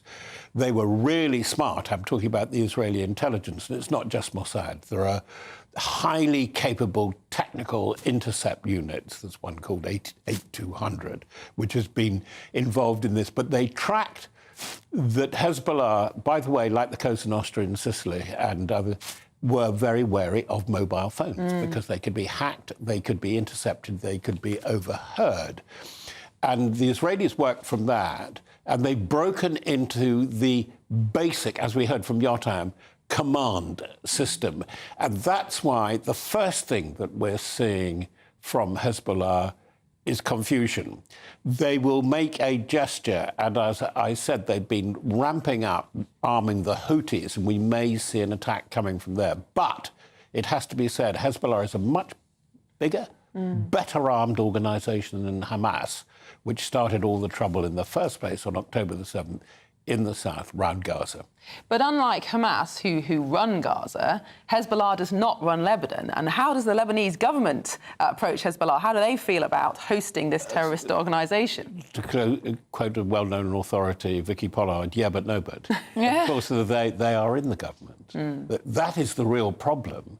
And they are representative of the large plurality, that is the biggest minority, the biggest group, the Shiite population. And actually, if you go south Beirut, you go up the Bekaa Valley of great fame, and then all the way down, that is really Hezbollistan, if I could call that. But they are, and this is so difficult to explain, they are Arab Shiite nationalists. Arab, and therefore the relationship with Iran is close but very difficult. Persians and, again, Shiites and nationalists of a different order. I think there is a big regrouping. As Yotam was saying, well, let's put flesh on that. They're putting up two divisions now. They're going north. They had one up there, and the second one has been reinforced in the last 2 days. So you are going to see action on the border, but that's going to be round 1 or 201, because there's been such a lot of continuous trouble and fighting, as we heard there, of what is going to be a very, very long struggle. The problem, though, now is Iran is right in the middle of it. Iran is becoming more and more critical to the arming of Russia. Am I confusing you with Ukraine? It is a big problem as we come to a crisis point, both in the Middle East and in Ukraine. And we're not hearing too much from Western governments, partly because Biden is on his way out and he seems to be out of puff. They didn't come up with anything. Ukraine is desperate, but we're not hearing from quite a divided Europe. What do you make then of Benjamin Netanyahu's criticism of Sir Keir Starmer and his government for their mixed messaging over Israel and their support for Israel, the blocking of arms sales? Well, he would say it, wouldn't he? And this time he's perfectly accurate. Totally accurate. It's under a third or about a fifth of the exports. The exports are very small. The imports, oops, are we allowed to mention that, are very important and are many, many times bigger, and vital pieces of equipment to the armed forces and the security forces come from Israel, because, as we have seen, they are world leaders in this kind of warfare. Yeah, they have the capabilities, don't they? Can I ask you what you make of the commentary and the reports in some of the papers today, saying that the original plan by Israel was that this pager attack would be the start, the opening salvo, if you like, to a big escalation, to an actual invasion of southern Lebanon? To build a buffer zone, which they've done again and again, and they've gone in and they've come out, and it is a permanent problem, particularly because of the range of the rockets, and Hezbollah has so many rockets. That does seem to be absolutely the case, but somebody had twigged. Right. But can I just confuse things? Because very recently, the Israel government has seemed so divided, because we've heard about Yoav Gallant, a very steady defence minister, but it was absolutely public. But Netanyahu was about to fire him at the beginning of this week and put Gideon Sa'ar, closer ally, but not actually in the government. So all is not well there. And again, we have the problem of a three-front war. They wouldn't call it that. I would call it that, because it ain't all over in Gaza, and there's a lot of trouble on the West Bank. Indeed. OK, Robert Fox, good to see you. Thank you very much indeed. Now, elsewhere, it's been revealed that Sir Keir Starmer has received more freebies than any other MP since taking the keys to number 10, totalling around £100,000. And here's what he previously had to say about decency in politics when he was Leader of the Opposition. As ever, one rule for them, another rule for everybody else. A new Britain built on decency, security, prosperity and respect is welcome in my Labour Party. Well, this comes after it was revealed that Sir Keir Starmer's Chief of Staff, Sue Gray, reportedly takes home a salary of £170,000. This is considerably more than the Prime Minister and greater than any Conservative predecessor. Now, political strategist and commentator Peter Barnes is joining us now to discuss this story. Peter, thank you so much for joining us. Is this a big fuss about nothing? Is this going to make a big difference to the Keir Starmer premiership, or will he just brush this off and move on? Well, to be honest, it could go either way. I have to admit there is a lot of public anger around this story, mainly because of the hypocrisy. You know, he's accepted over £100,000 in free gifts whilst taking away the winter fuel allowance. You know, he might be taking away the bus pass. He might be taking away lots of other things. And as we approach the budget, we're hearing a lot of talk of things, of cuts, of struggling, of difficult times, while he seems to be living the high life. I mean, it doesn't particularly look good, but the problem is this is an optics problem, not a legal or a political one. So unfortunately, no matter what Keir Starmer really does now, he's kind of stuck with this. So his idea of kind of riding this out isn't necessarily the incorrect one to do. But what I do find interesting, though, is that this isn't the first time that Keir Starmer has really come into scrutiny about his expenses and what he's claiming and where he's claiming it from. If we remember, just a couple of years ago, Catherine Stone, who was head of the Standards Commission, wrote to the then leader of the opposition, Keir Starmer, about 7 instances to which he had, according to her, accidentally failed to, kind of come up front about who's given what money and to where and what it's been spent on. And we're looking at this now that this seems to be the same situation. We're looking at a man who was once described by the Labour Party as Mr. Rules, doesn't seem to like following his own rules. I've often said in British politics, the hardest fall is won from the moral high horse. And Keir Starmer's feeling that quite badly. You know, Labour are dropping in the polls by quite a significant way. They're still leading. But, you know, the honeymoon is certainly over. Well, this is the thing, isn't it, Peter? The British public do not like hypocrites, and Sir Keir Starmer is in a hole that he has dug himself. He's in there with the spade. He painted himself to be this paragon of virtue, hasn't he? He was highly critical of Boris Johnson and Carrie Johnson. Remember Wallpapergate in number 10? And even the Sue Gray story, it leads into all of this, doesn't it? I mean, we're hearing this morning as Chief of Staff, she's paid £170,000. Sir Keir Starmer was critical of Dominic Cummings when he was Chief of Staff for earning £140,000. And it seems as though he's doing exactly the same. Oh, without a doubt. But this is the thing with Keir Starmer. It's always been do as I say and not do as I do. I mean, how many times did over the general election did we flag this hypocrisy of him saying one thing to one group and one thing to another? This comes as no surprise to me and many of us in Westminster. It's kind of part of the course with a man who I believe doesn't have a single principle in his body. Well, when it comes to Sue Gray, I have to admit she's a fascinating figure in British politics now because she was rather painted, rather conservative as Boris Johnson as this kind of paragon of virtue herself.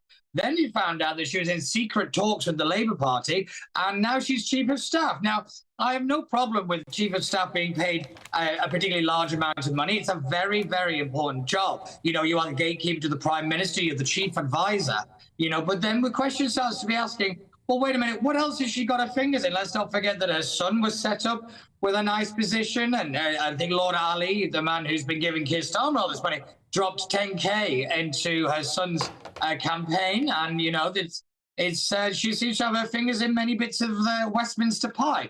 But what's also fascinating is that seems to have started to play against her a little bit due to the fact that many of her own advisors underneath who worked for her are a little bit miffed, considering the fact that she advocated for those very people to get a pay cut while she seems to be reaping a very nice reward.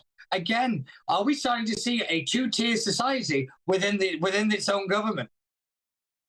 Peter, thank you very much for your insight. A fascinating story that I think will go on and on. Yeah, I think it will. gbnews.com/you'll say. Do let us know what you think about it. Now, almost 20 minutes past 7. Let's take a look at some other stories coming into the newsroom. A health watchdog has warned that failings in NHS maternity wards are more widespread than previously thought. The review conducted by the Care Quality Commission rated almost half of services as inadequate or requiring improvement. Just 4% were classed as outstanding. The National Pharmacy Association will hold a ballot for members next week on whether to take industrial action for the first time ever. If the vote passes, pharmacies could open for fewer hours or potentially provide reduced services. That's as the association calls for an additional £1.3 billion in funding across English pharmacies. And the Duke and Duchess of Sussex will reportedly stay neutral in the US presidential election. The pair have urged Americans to go out and vote without giving their take on the two candidates. Marking National Voter Registration Day on Tuesday, the couple had their team send out letters to unregistered voters to encourage them.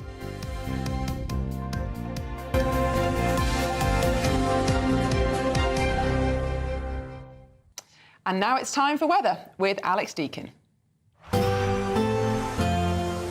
That warm feeling inside from Boxed Boilers, sponsors of weather on GB News. Morning, time for your latest weather update from the Met Office. Here on GB News, a fine day for most. It is a bit dull out there for quite a few of us first thing, and parts of the East Coast may stay a little drab, but most of us will see some good spells of sunshine yet again. There's a bit of an easterly breeze, which will bring a cooler feel, especially on some of these North Sea coasts, where it may stay a bit dull, but the mist and low cloud clearing from parts of southern England, South Wales, and should eventually break up over the Midlands too. As I mentioned, some of these eastern coasts may stay a bit dull, and if it does, temperatures could really struggle. But with some sunshine across the southeast, temperatures getting into the mid-20s, quite as warm as yesterday in western Scotland, but still likely to be over 20 Celsius here. So a fine day to come. Again, parts of the far north could be a little misty, could be some har at times around the coast of the Northern Isles, and maybe the eastern side of Scotland staying a bit drab and cool throughout. Parts of the east coast of England certainly keeping that cloud, and if anything, it's going to come back inland overnight. But a fine evening across Northern Ireland and much of Wales, along with most of southern England.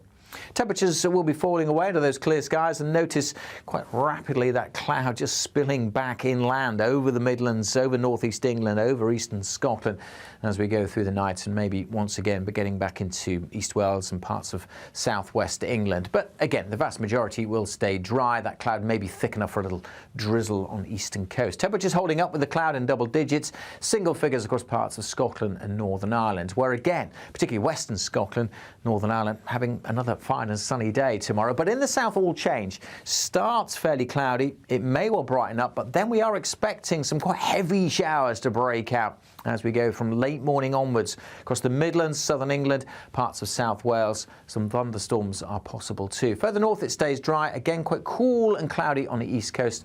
Feeling warm in western Scotland with some sunshine. A brighter outlook with Box Solar, sponsors of weather on GB News.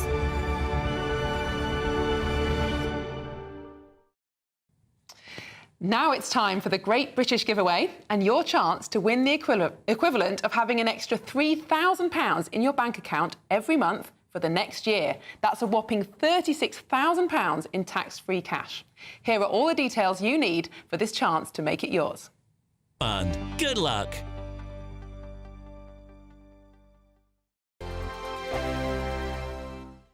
The Britain I grew up was the most peaceful, gentle society that has ever existed. That has been destroyed. Opinion polls show immigration is the #1 concern to the British public. Are you proud to be British? Yeah, I'm ever so proud. My name is Stephen Edgington, and in this documentary, I want to find out how Britain became a nation of immigrants. Immigration, the truth. Available at gbnews.com. Welcome to State of the Nation, daily plunge into the stories shaping our country. I'm Jacob Rees-Mogg, and Monday to Thursday we bring you the insights, the facts, the truth about how our country is being governed. Because what happens in Downing Street matters down your street. Tune in to State of the Nation every Monday to Thursday, 8 to 9 o'clock. Only on GB News, the People's Channel, Britain's news channel. Join me, Camilla Tominey, for a frank and honest discussion with those in power that cuts through the spin and gets to the heart of the issues shaping our nation. You haven't confirmed that you want to stand as leader, but you haven't ruled it out either. This report basically says that he's not fit to stand trial. Is he indecisive? Incompetent? I deliver the dose of reality Westminster needs. That's the Camilla Tominey Show at 9:30 every Sunday on GB News, the People's Channel, Britain's news channel. Hi there, I'm Michelle Dewberry, and I'm going to take a second to tell you all about my show, Dubes & Co. We start off with the issues of the day. We then bring in both sides of the arguments. We get rid of the disrespect, and then you throw me into the mix. And trust me, I'll tell it exactly how it is. And then, of course, the magic ingredient, you at home. We mix it all together, and what have we got? In my opinion, the best debate show in town. Monday to Friday, 6 till 7 on GB News, Britain's news channel. Mark Dolan tonight is your weekend dose of news, debate and entertainment. This sounds like a wild conspiracy theory. Don't miss my big opinion. Mark meets and my take at 10. Democracy is a funny old thing. And we don't do boring, not on my watch. I just won't have it. Let's go and get another glass of that bubbly. You've earned it. That's Mark Dolan tonight, Saturday and Sunday, 9 to 11, only on GB News, the People's Channel, Britain's news channel. Good afternoon, Britain. Your lunchtime update on the stories that matter across the UK. From breaking news and insightful analysis, inspiring stories and lively debates. You're comparing yourself to a former Prime Minister. Which is it? Stay informed, stay updated, stay entertained. I just don't know how anyone would not want to be there. Every weekday from midday. We are Good Afternoon Britain, only on GB News, Britain's news channel.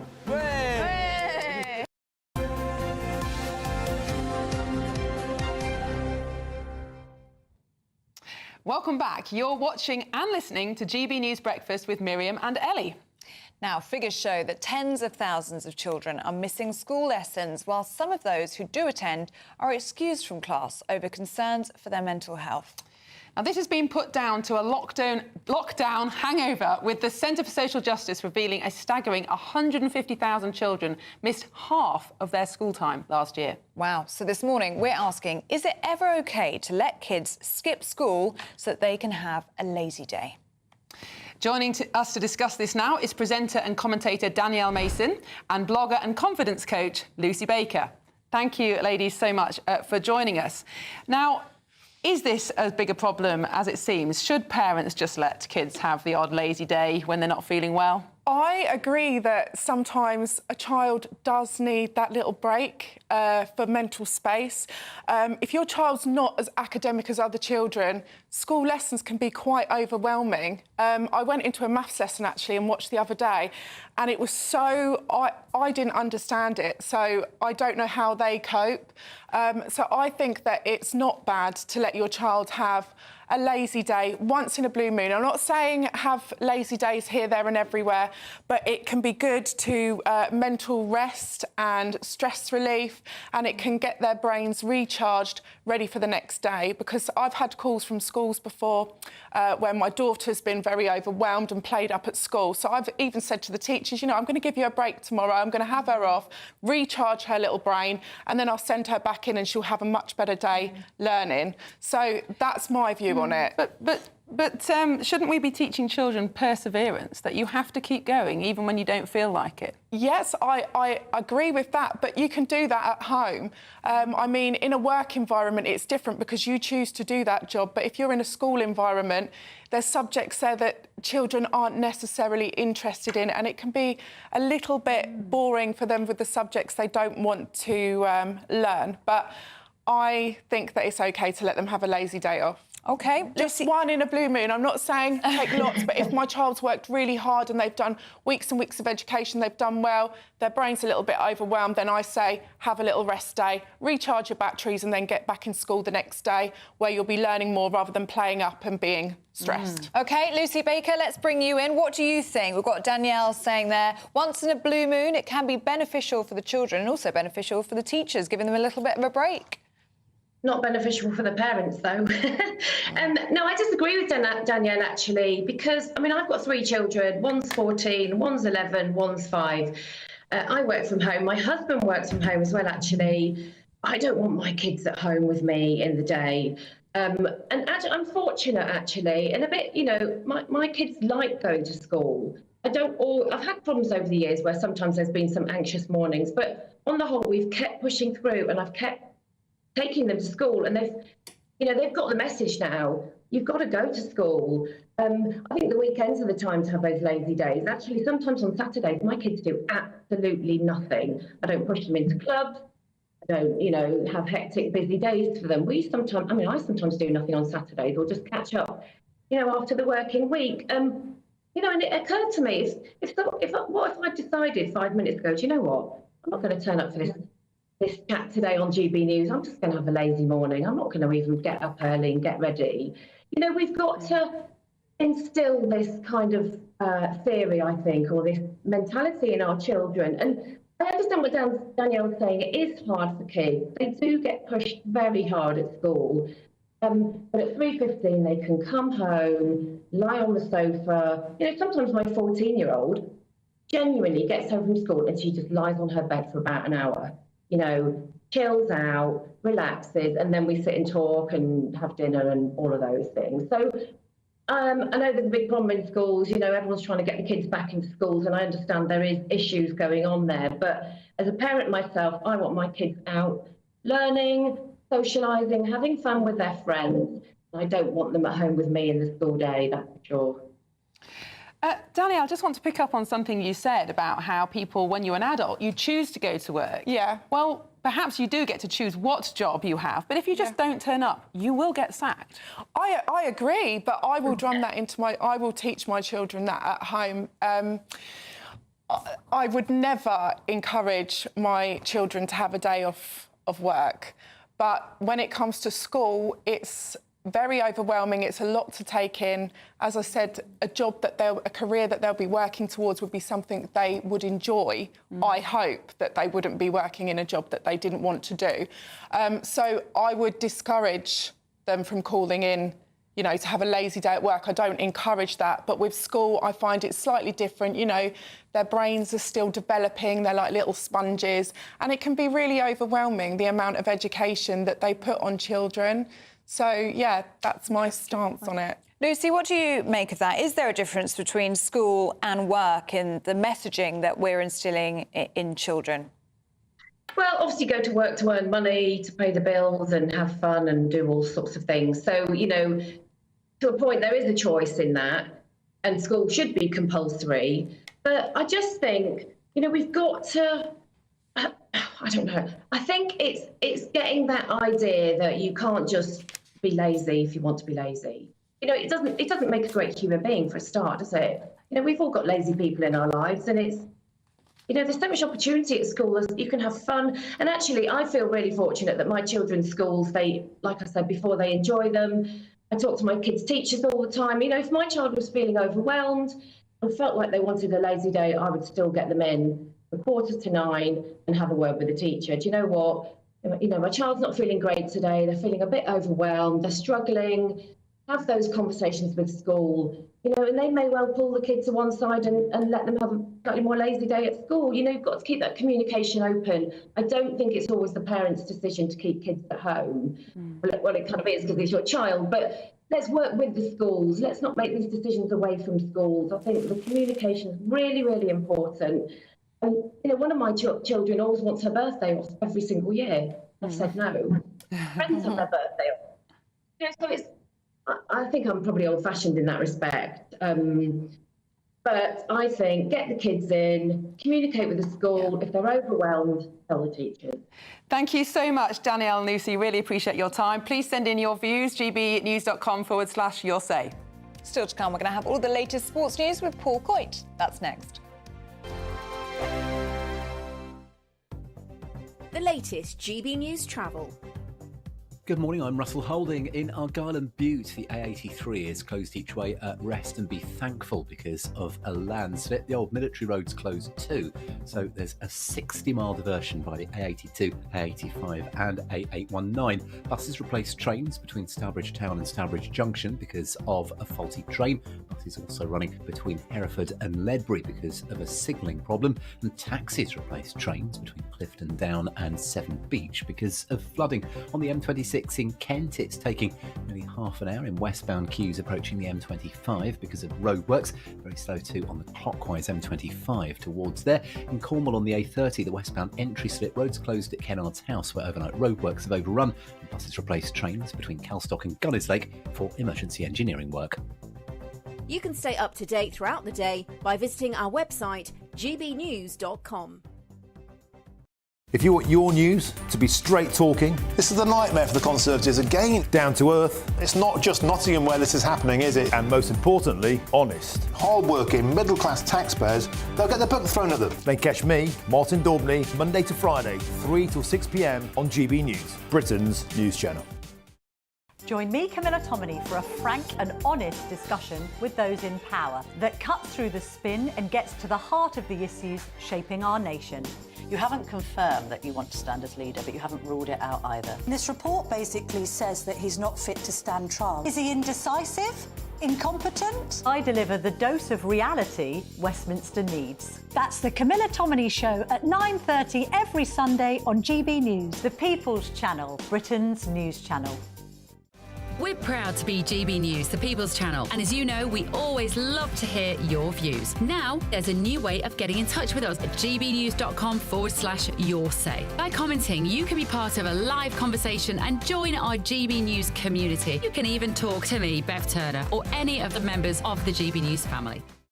It's Patrick Christie's Tonight, and here we do things differently. It's explaining the absolute madness of this, doesn't it? It's explosive. I mean, this is very good. It's lively. 850. Your government sat there, Sean, and it did nothing. It's controversial. And the Middle East has been in turmoil since before I was born. It's everything you need to kickstart your evening. Everyone's had their Weetabix tonight. I love to see it. That's Patrick Christie's Tonight, weeknights from 9 p.m.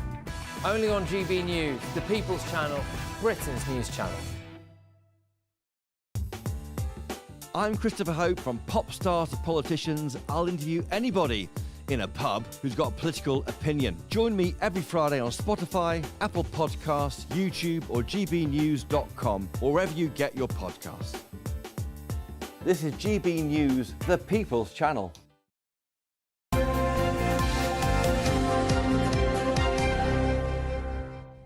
Welcome back to GB News Breakfast with Miriam and Ellie, and we're going to go through the latest sports news now. We've got broadcaster Paul Coit here with us. Yes, ma'am. Yep, more or less. You're still here, good. Sorry, Right. a bit early still.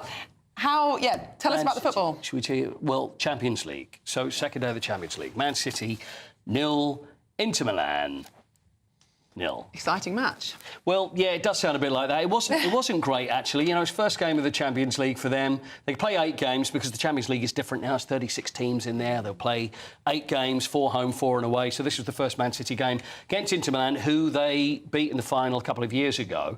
Probably the most interesting thing was the shirts they were wearing. As I was told, it looked like someone said to me earlier, a high-up person here at this building said it looked like a cleaner's tabard, which is... Can we see these shirts? Can we see the shirt? I think we probably got the Man City shirt, which was actually designed by Noel Gallagher. There we are. Look, you can see you see the tabard-esque look of it there, but it's all to celebrate the anniversary of the Definitely Maybe album, which is 30 years old. Everybody's talking about Oasis at the moment, and there we are. And of course, they're huge Man City fans. And Noel Gallagher helped design it. It is a tabard look to it, isn't it? See, I still think Fizzy Sweets.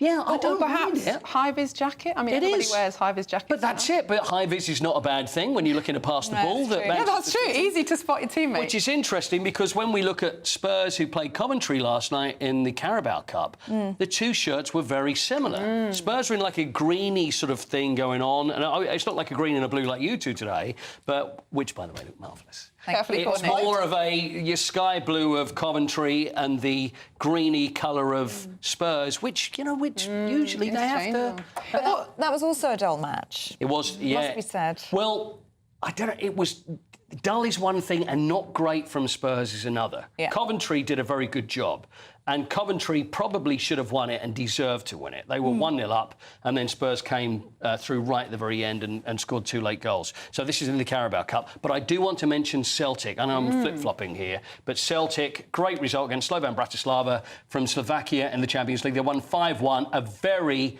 happy Brendan Rodgers, the manager. This is what Brendan had to say.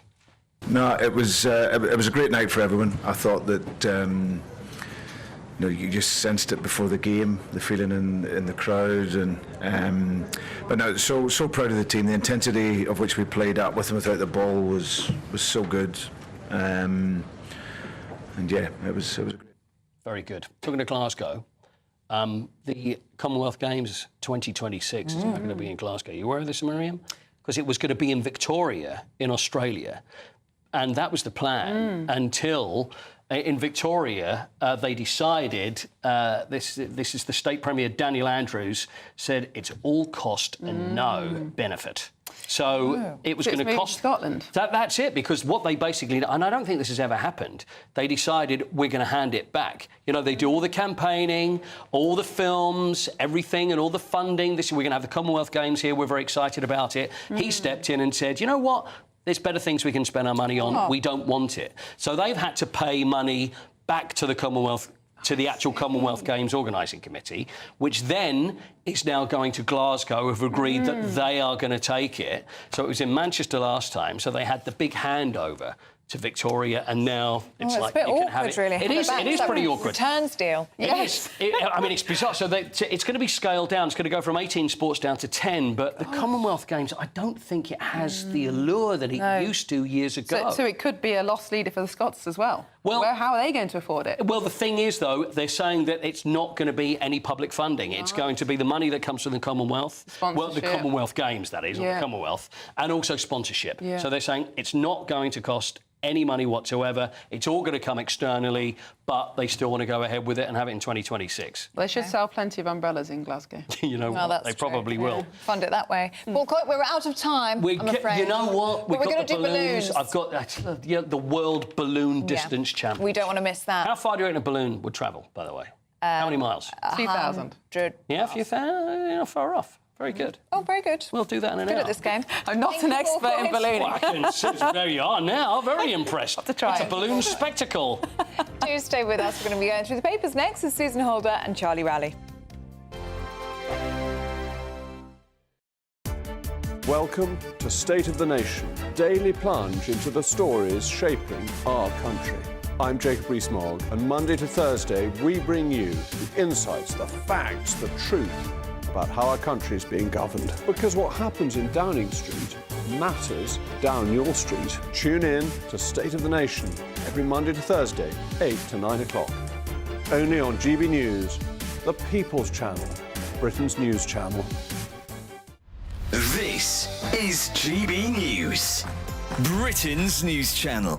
EasyJet is launching a new recruitment drive focused on attracting cabin crew members over 50 and those even considering retirement. Well, the initiative is called Returnships and it's inspired by research that suggests that 75% of people over 50 years old believe that now is the ideal time to embark on a new career.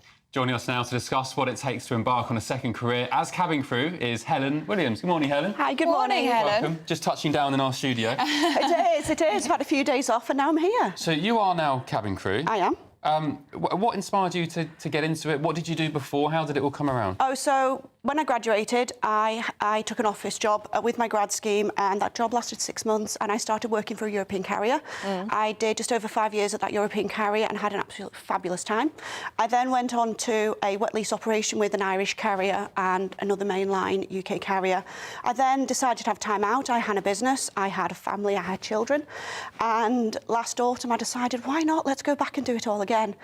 So returning to that European carrier that I'd worked at when I was in my early 20s. And what is that like for you now, returning that bit older, having that life experience, having your children? Do you think that's been a benefit to you? It's absolutely been a benefit. I mean, the amount of parents that thank me for helping me with their small children when they're crying on a flight. I am that person now. When you went back for a second time, Yeah. did you notice more sort of older people amongst your sort of colleagues? I did. So when I returned onto my initial course in March of this year, just over half the course were over the age of 30. Wow. Which was absolutely phenomenal. And I was expecting to return and be with a lot of younger, 18, 19, 24. I was expecting to be that dinosaur. And that first day of training, to find out that I wasn't the dinosaur, you have no idea how exciting that was.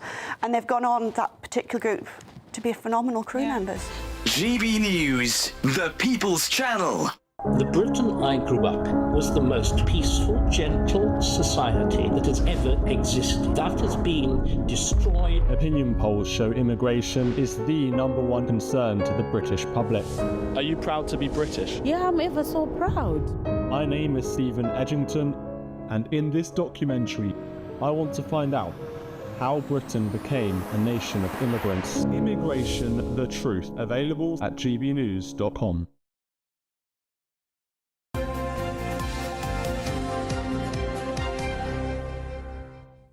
Welcome back to Breakfast. Some breaking news that's come to us in the past few minutes. This is from the BBC, a new BBC documentary. 5 women say they were raped by the former Harrod boss, Mohammed Al-Fayed, when they worked at the luxury London department store. The BBC, for a documentary, has heard testimony from more than 20 female ex-employees who say that the billionaire who died last year, aged 94, sexually assaulted them, including rape. And this documentary and a podcast, Al-Fayed, Predator at Harrods, gathered evidence that during Fayed's ownership, Harrods not only failed to intervene, but helped cover up the abuse allegations. And joining us now to discuss this story and other stories in the paper, we've got Susan and Charlie back on our panel. Susan, how do you respond to this breaking news? Yeah, well, it's completely shocking, obviously. It's only just kind of come to light that with all these details, as you say, 20 women are claiming sexual abuse, not just kind of in London, kind of all over the world, where Fayed would have business interests in Paris, in Saint-Tropez, in Abu Dhabi, in United Arab Emirates. My main reaction to it, though, is how unfortunate it is that if any of these should be able to be proved to be true, no justice can come of it, because obviously he died last year. So that is incredibly frustrating, that there may be all these cases of these incidents, but nothing has come to light until it's too late to bring a man like that to justice. Yeah. Charlie, what do you make of it? Well, it's obviously horrific in terms of the number of people that have come forward, obviously, to the BBC, who obviously made this documentary, which I'm sure we'll all tune into. But it is another story of an abuse of the abuse of power. Someone at the very top of an institution, whether it's high-end fashion or whether it's in television or whether it's in politics, we're always hearing time after time about the abuses of power, where there are people at the top that are able to do these kinds of things, whether it's to employees or to staff or to whoever, victims. It is just so frustrating that we're still hearing things like this today, even when there are so many stories that we can talk about in the past. But obviously the BBC have been able to talk to these women, very brave to come forward and talk about these allegations. And let's see what happens on the back of that documentary and what can happen thereafter. Yeah, and as you say, Charlie, a large number of women, 20 female former workers at Harrods, come forward to accuse Al-Fayed of sexual abuse, and 5 female ex-employees accuse him of rape. And as you were saying, Susan, a number of attempts to expose Fayed before his death Notably in Vanity Fair 1995, there was an article alleging racism and sexual misconduct there. But that sparked a libel lawsuit, and Mohammed Al-Fayed at the time agreed to drop that lawsuit as long as any evidence against him was locked away. And there was a settlement made. Yeah, I mean, it is always incredibly hard, as we know, to prove these sorts of allegations, no matter how true they may or may not be. It is always kind of... doesn't need pointing out, does it? It's, you talk about people in power and people who use their influence over people. It's men, quite often, that we do find in these situations who are accused of this because they are the people who have the money, who have the power, and it's women in their employ who are the victims. But Charlie, do you think culture has changed? Now, clearly these cases still go on, but do you think women particularly are more likely now to blow the whistle, to bring challenge than they were perhaps in the 70s and 80s? Well, I certainly hope so. I mean, it's hard, maybe for me as a man, because I haven't felt that sort of pressure unnecessarily, that perhaps compared to a woman. I don't know how far these allegations go back to. I mean, it says that he was obviously in charge of the outlet from 1984. So obviously, if the allegations date back that far, then of course the 80s and 90s obviously is a very, very different time, very different culture, and different whistleblowing mechanisms and different structures in HR and all the rest of it. So I would sincerely hope that anybody that I think it's a really hard question for you to answer that, Charlie, as the only man on the panel, actually. No, it's interesting. Although it isn't only young women that... No, that's true. You can be put in a difficult position by anybody. But as young women working in media today, and I'm slightly older than you two, obviously, what do we feel? Do we feel that we would say something? I feel I would say something. I can only speak for myself. I can't speak for anybody else or why they wouldn't say anything at a time. Do you feel you would say something? I hope you do. I think culture has changed a lot in that way. But this is also, we were just talking about it in the break just before we came back on air, this is recent history. I mean, yes, it is. These actions are alleged to have taken place between 1984 and 2010. Yes, we're not talking historical, absolutely. It's not too long ago. Look, we have had a statement from Harrod, so we'll just share that with you now, who said that these are the actions of an individual intent on abusing his power, which it condemns in the strongest terms. The statement goes on to say that the Harrods of today is a very different organisation to the one that was owned and controlled by Al-Fayed between 1985 and 2010. It is one that seeks to put the welfare of our employees at the heart of everything that we do. So that statement from Harrods. Charlie, should we look at a different story in the Daily Mail now? And this is Boris Johnson. He's actually sitting down with Camilla Tominey for GB News. Is he? Yeah, in October, so that will be a really good interview. You won't want to miss that. But he has been speaking about Ukraine. We know it's a topic he's really passionate about, saying that Ukraine needs help to get into NATO now. Yes, and Boris Johnson has always been clear that there should be a clear path for Ukraine to join NATO. NATO have been trying, I think, serious discussions took place around 2018. But in order to bring this conflict to an end between Russia and Ukraine, Boris is saying, look, get Ukraine into NATO. It therefore means that it will be all of our responsibility, all the NATO partners' responsibility to protect Ukraine, because an attack on a European partner is an attack on all of us. And, we've seen the impact of energy bills go up in this country. That's impacted on people right across the country because of our reliance on oil and gas from Russia, and where sanctions have been imposed. But the only way in which to draw this conflict to an end, I think, is to show strength and support to a European ally, is to allow Ukraine into NATO and to stand up to Russia, who, having annexed Crimea in 2014, that took part, invaded Georgia, that have now done what they've done that we're all seeing in Ukraine. We can't allow any other state, for that matter, whether it's Russia or otherwise, to flex its muscles, to bully others in the way that it has, and we should be full square support behind Ukraine. Obviously, it's up to America, who would obviously be vetoing that, and of course a lot of money goes into NATO from the United States, so whether they want to fund it will be a question for them. But Susan, the question many will be asking is it helpful for former Prime Ministers to get involved like this? Will this help or hinder the new government in making the appropriate response? Well, to be fair to Boris, and I'm not often fair to Boris, so I think I'm going to give myself a go at it now and see how it feels. To be fair to Boris, he has always taken this line, and he's taken it very strongly, and I think it is something he firmly believes, and I can see the sense of it. And if that's his experience and his the decision he's come to through lots lots of visits, obviously, and to Ukraine, and speaking to Zelensky and taking all the facts on board, I think it is actually a useful thing. And I think former prime ministers generally should be listened to. I think we kind of we stop and start too many things politically in this country, and try and reinvent the wheel every couple of weeks, and that's the problem we've got. Instead of looking back and taking some information from what people experiences that they've had. OK, Susan, Charlie, thank you very much. Let us know what you think as well at home. Let's have a look at the weather now with Alex Deacon. That warm feeling inside from Boxed Boilers, sponsors of weather on GB News. Morning, time for your latest weather update from the Met Office. Here on GB News, a fine day for most. It is a bit dull out there for quite a few of us first thing, and parts of the East Coast may stay a little drab, but most of us will see some good spells of sunshine yet again. There's a bit of an easterly breeze, which will bring a cooler feel, especially on some of these North Sea coasts, where it may stay a bit dull, but the mist and low cloud clearing from parts of southern England, South Wales, and should eventually break up over the Midlands too. As I mentioned, some of these eastern coasts may stay a bit dull, and if it does, temperatures could really struggle. But with some sunshine across the southeast, temperatures getting into the mid-20s, quite as warm as yesterday in western Scotland, but still likely to be over 20 Celsius here. So a fine day to come. Again, parts of the far north could be a little misty, could be some har at times around the coast of the Northern Isles, and maybe the eastern side of Scotland staying a bit drab and cool throughout. Parts of the east coast of England certainly keeping that cloud, and if anything, it's going to come back inland overnight. But a fine evening across Northern Ireland and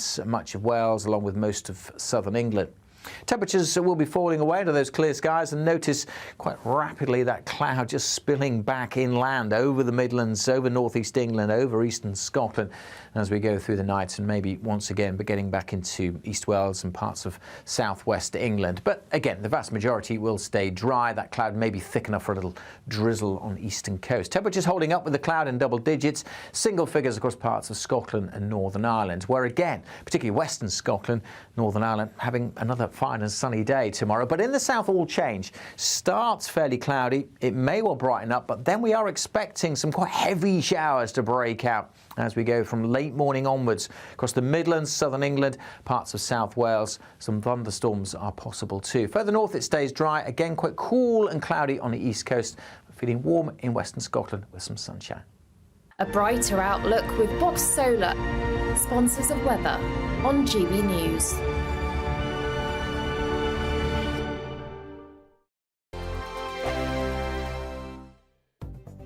The latest GB News travel. Good morning, I'm Russell Holding. In Argyll and Bute, the A83 is closed each way at Reston. Be thankful because of a landslip. The old military road's closed too, so there's a 60-mile-long diversion. Train services are suspended between Bidston and Birkenhead North because of a points failure. Buses replaced trains between Stourbridge Town and Stourbridge Junction because of a faulty train, and between Hereford and Ledbury because of a signalling problem. Now on the M25 in Buckinghamshire, 2 out of 4 lanes are closed clockwise where there's an accident just after junction 16 for the M40. There are queues from junction 15 for the M4 and anti-clockwise delays past the scene.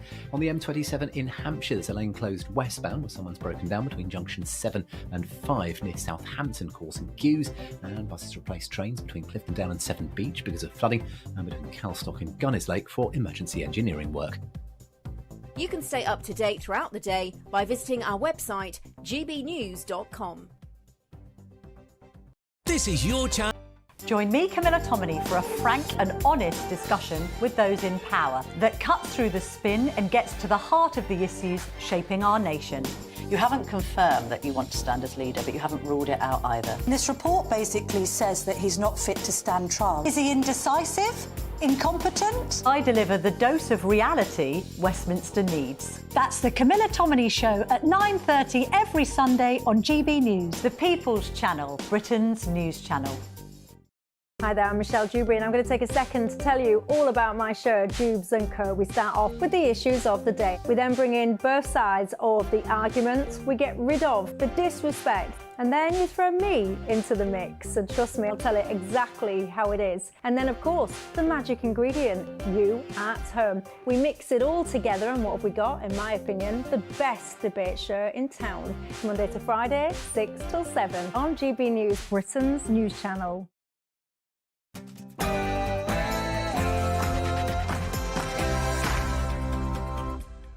Good morning. Israel declares a new phase of its war as the world watches on. A second wave of remote-controlled explosions hits Lebanon as hundreds of devices blow up during the funeral of Hezbollah members.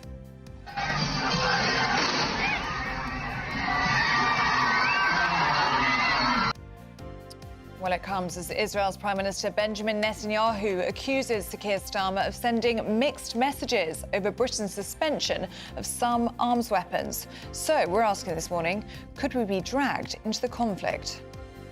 A double tap by Mossad in Lebanon, striking twice in 2 days against terror operatives. But there is now criticism for Keir Starmer's government in how it's supporting Israel. And Starmer has worries too on the home front as he faces a backlash for accepting more gifts and freebies than any other MP. The Amazon series A Very Royal Scandal is released. It details that infamous Prince Andrew interview. This morning we'll be debating whether the late Queen's favourite son has any future in the royal family.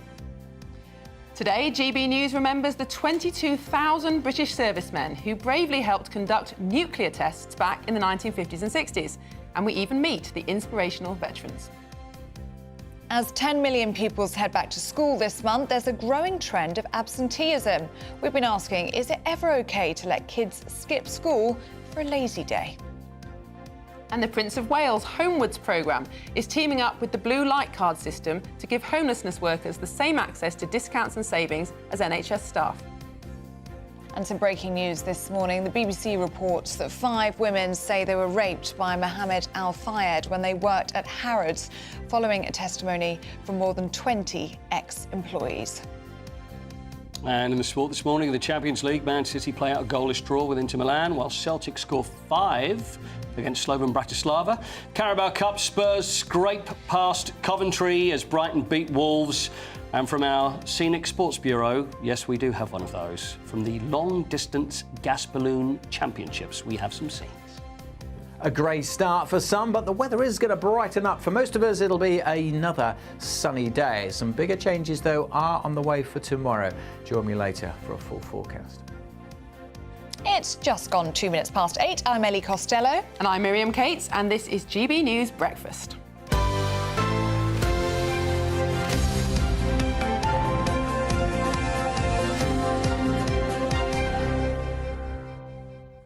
Susie's been in touch with us this morning saying you two girls look very similar. You look like sisters. I think that's more flattering to me than you, Ellie, probably.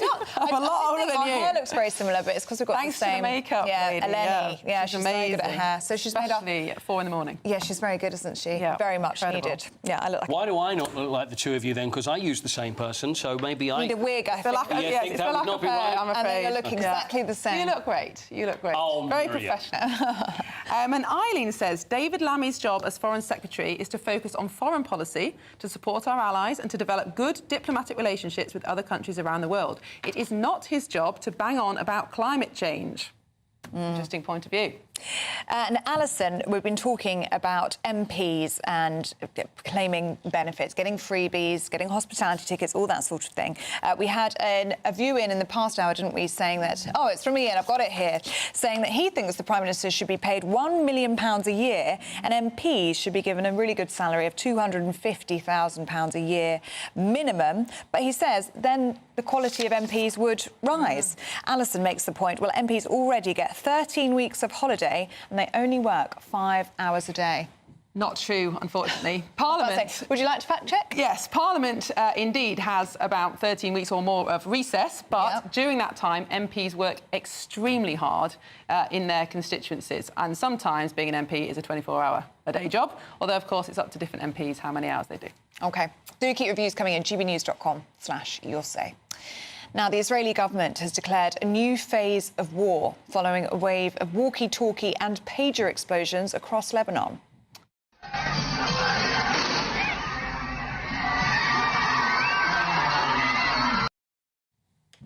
Lebanese terrorist group Hezbollah have accused Israel of being responsible for these coordinated attacks. Well, it's understood that 20 people were killed yesterday, while 12 people, including 2 children, lost their lives in the blasts on Tuesday. That's as nearly 3,000 people remain in hospital, 200 of them in critical condition. Meanwhile, Israel's Prime Minister, Benjamin Netanyahu, has hit out at our new Labour government, accusing it of being misguided and undermining Israel. Well, earlier we spoke to Middle East correspondent for the Daily Telegraph, Yotam Confino. Israelis in the past couple of months have really prepared themselves for a full-scale war with Hezbollah. This started a year ago, and since then Hezbollah has fired over 7,000 anti-tank missiles, rockets and drones at Israel, leaving northern Israel empty, really, 60,000 internally displaced people. And many of them have called on the government for months to go to war with Hezbollah because that's the only way that they can go back to their homes. But yes, this is another step in that direction. And we also know that the Israeli army is preparing for land invasion. They're shifting their focus to the north. They're pulling out troops from Gaza, relocating them to the northern border. And as we heard the defense minister say, this is a new phase. The question is now, how will Hezbollah respond? Because it doesn't necessarily mean that there will be a full-scale war tomorrow. It depends on how Hezbollah is going to respond. But because Hezbollah has really promised the world that it will continue to attack Israel until there's a ceasefire in Gaza, they're going to have to respond to this humiliation that happened 2 days in a row across Lebanon. And now here in the studio, we have GB News reporter Charlie Peters to discuss this story. A lot of people at home will be saying, why is Israel escalating the situation even further? Isn't there enough war going on in the Middle East? Why is it not that simple? Well, why now? Why have they launched these two second-tap attacks over the last couple of days? Well, the reports coming out of Israel at the moment and from some US intelligence sources are suggesting that they had that move in reserve, waiting for the decisive action of any full-scale invasion into Lebanon. I mean, can you imagine, just as Israeli tanks roll over the border in southern Lebanon, suddenly thousands of your fighters losing eyes, hands, being mangled, not only in Beirut, but also across the country?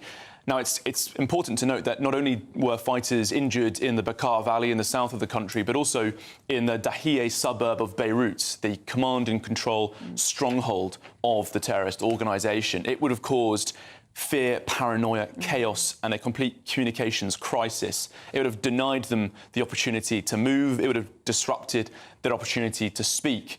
So why now? Almost certainly because there was a potential for that plan to be rused by Hezbollah counterintelligence services. And for many years, Hassan Nasrallah, the leader of Hezbollah, has wanted his fighters to move away from mobile phones. He's prohibited them from meetings. Since the 2006 war in Lebanon, plenty of fighters within Hezbollah referring to more analogue and old-school digital means, such as radios and pagers.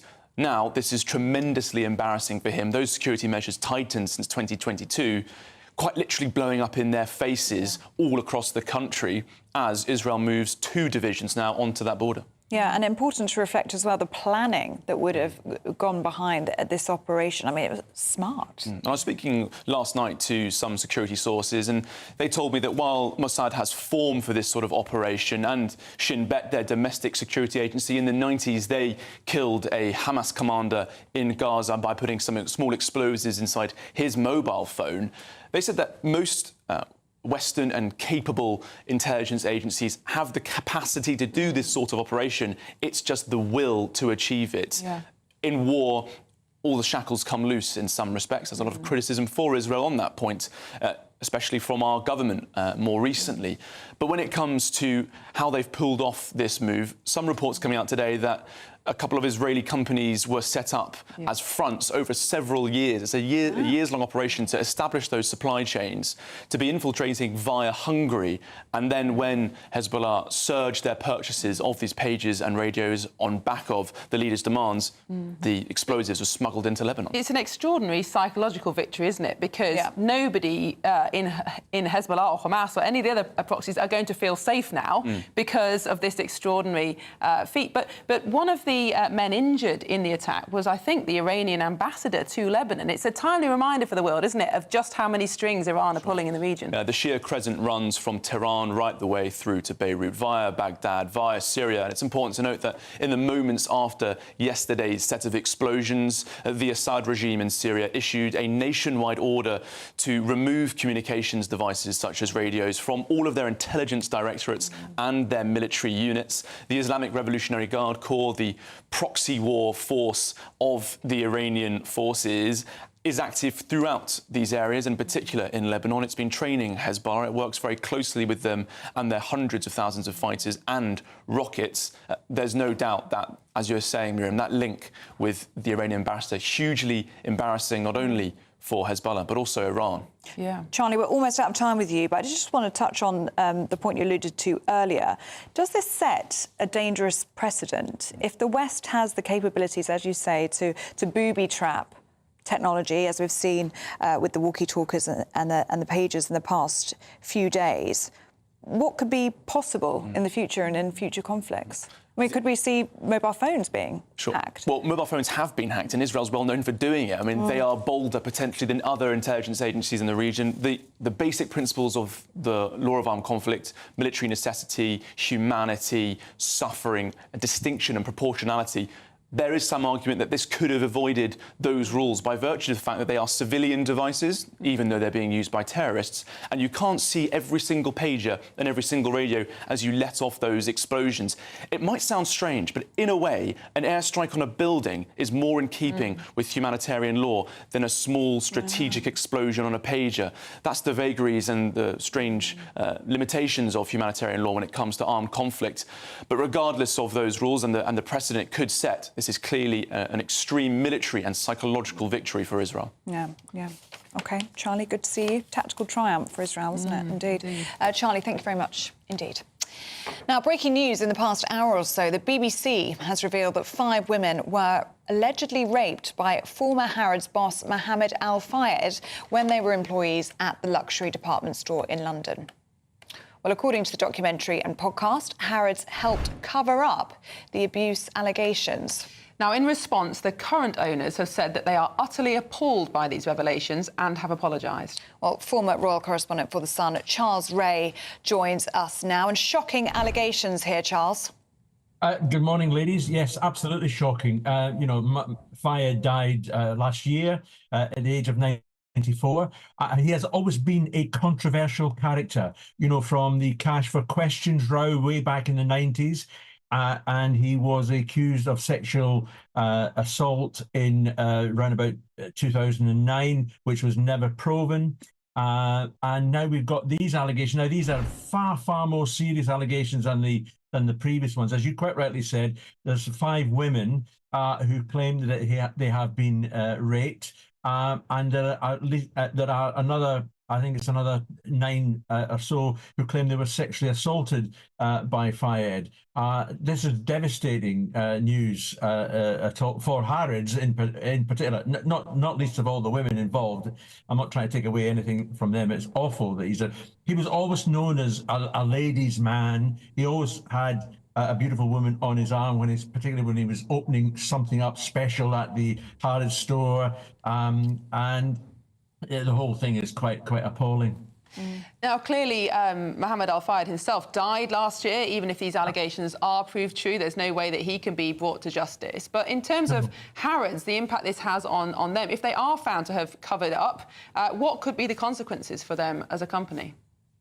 Well, lack of sales, I would have thought people will stop going to the store, but that's why I think Harrods have moved so quickly this morning to say, we are the new owners, we are a different Harrods, we would never have covered anything up like this.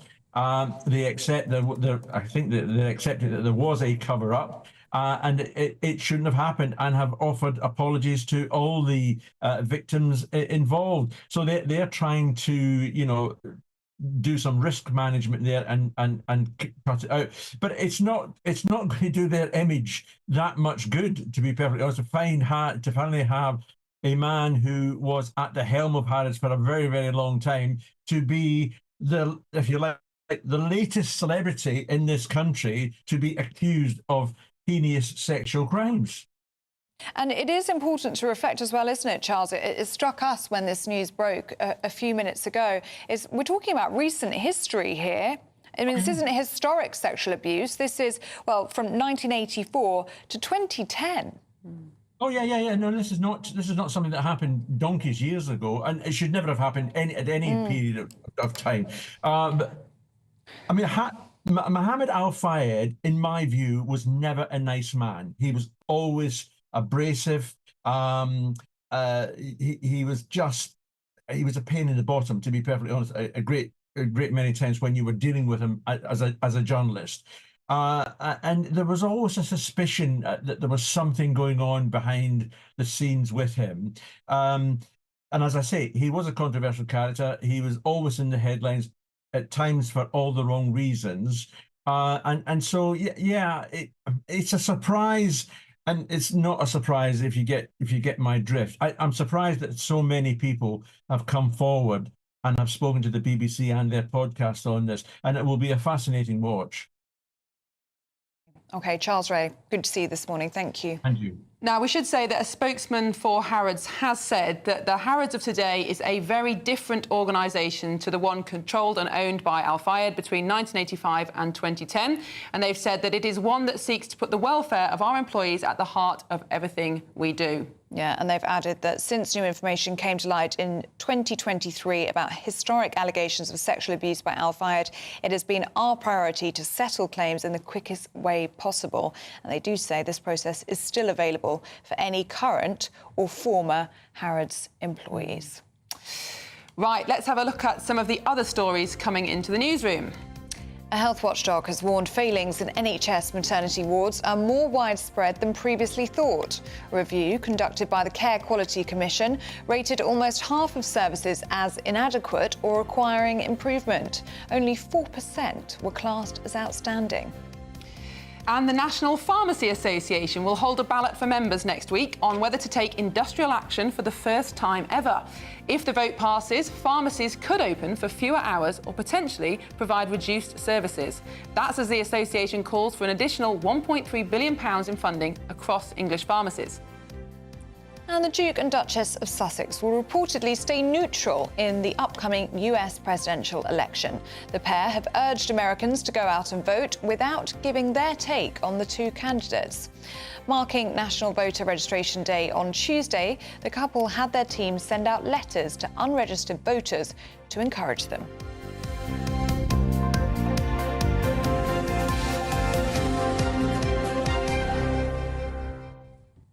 And now it's time for your weather with Alex Deakin. That warm feeling inside from Boxed Boilers, sponsors of weather on GB News. Morning, time for your latest weather update from the Met Office. Here on GB News, a fine day for most. It is a bit dull out there for quite a few of us first thing, and parts of the East Coast may stay a little drab, but most of us will see some good spells of sunshine yet again. There's a bit of an easterly breeze, which will bring a cooler feel, especially on some of these North Sea coasts, where it may stay a bit dull, but the mist and low cloud clearing from parts of southern England, South Wales, and should eventually break up over the Midlands too. As I mentioned, some of these eastern coasts may stay a bit dull, and if it does, temperatures could really struggle. But with some sunshine across the southeast, temperatures getting into the mid-20s, not quite as warm as yesterday in western Scotland, but still likely to be over 20 Celsius here. So a fine day to come. Again, parts of the far north could be a little misty, could be some har at times around the coast of the Northern Isles, and maybe the eastern side of Scotland staying a bit drab and cool throughout. Parts of the east coast of England certainly keeping that cloud, and if anything, it's going to come back inland overnight. But a fine evening across Northern Ireland and much of Wales, along with most of southern England. Temperatures will be falling away into those clear skies, and notice quite rapidly that cloud just spilling back inland over the Midlands, over northeast England, over eastern Scotland as we go through the night, and maybe once again but getting back into East Wales and parts of southwest England. But again, the vast majority will stay dry. That cloud may be thick enough for a little drizzle on the eastern coast. Temperatures holding up with the cloud in double digits, single figures across parts of Scotland and Northern Ireland, where again, particularly western Scotland, Northern Ireland, having another fine and sunny day tomorrow. But in the south, all change. Starts fairly cloudy. It may well brighten up, but then we are expecting some quite heavy showers to break out as we go from late morning onwards across the Midlands, southern England, parts of South Wales. Some thunderstorms are possible too. Further north, it stays dry. Again, quite cool and cloudy on the east coast. Feeling warm in western Scotland with some sunshine. A brighter outlook with Box Solar, sponsors of weather on GB News.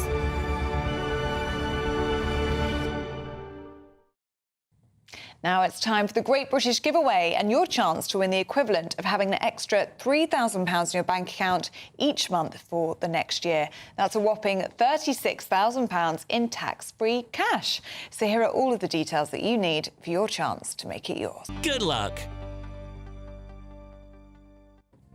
And still to come, the series A Very Royal Scandal is released, detailing that very famous, infamous Prince Andrew interview. So we're going to be debating whether Prince Andrew should ever be allowed back into the royal fold. That's next. And this is GB News with Miriam and Ellie.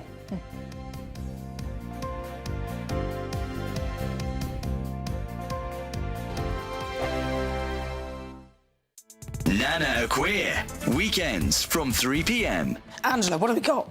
Hello, there's an awful lot, but I think the main interesting thing is that Prince Harry said a week or so, 2 weeks ago, I think it was, that he absolutely wasn't going to go to his uncle's funeral because there wasn't enough protection for him. His uncle, Lord Fellows, was married to Jane Spencer, who was Diana's sister, who was the most practical and helpful of the three children, the three girls, and she's done an awful lot for Harry. I thought it was just terrible. He wasn't going to go there, but he has been there.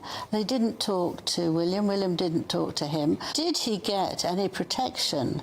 Who knows? And if he didn't, if he takes the government to court yet again, they would say, well, look, we managed without that, but we don't know about that.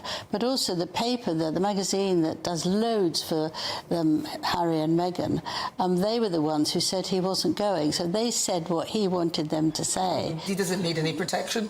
I mean, how did he get there? Probably in a Bombardier private jet that gives off 60 times more carbon than anybody else. Yes, well, we don't know about that. The good thing was that he was there, and of course today is Remembrance Day for Diana, the day she died. So that he went there and he was with her side of the family, and I think that that's very good and might help him feel a bit better about things. But neither of them are doing well out of it. William is not doing well out of it. Harry is not doing well out of it. The King is not doing well out of it. Meghan Markle's not doing well out of it.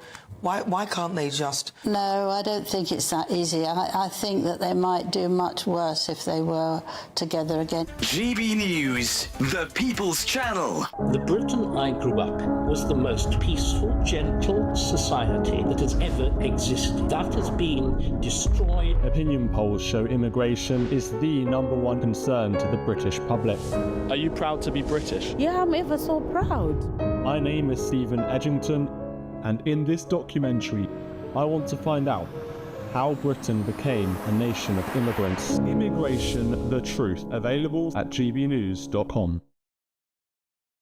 Tune in to Friday Night Live with me, Mark Dolan. GB News royalty with your perfect start to the weekend. Lucky us. Feisty and fearless guests. Well, I'm a normal person, so ask me. Honest opinions. That raises more questions than a Gary Barlow tax return. And a few surprises along the way. Might be cold in this studio.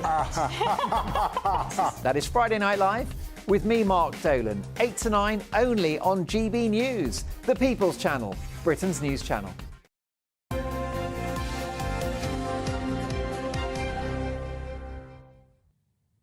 Welcome back to GB News Breakfast with Miriam and Ellie. Now, a very royal scandal. Amazon Prime has released the much-anticipated 3-part programme. It chronicles that infamous Prince Andrew Newsnight interview from 2019. Are you showing this picture of Prince Andrew and Epstein? No, the story right now is Epstein's death. So now they're all going to go after Ghislaine Maxwell, and once they've gone after her, they're going to go after Prince Andrew. Get me and him in a room together, and then I can do my thing.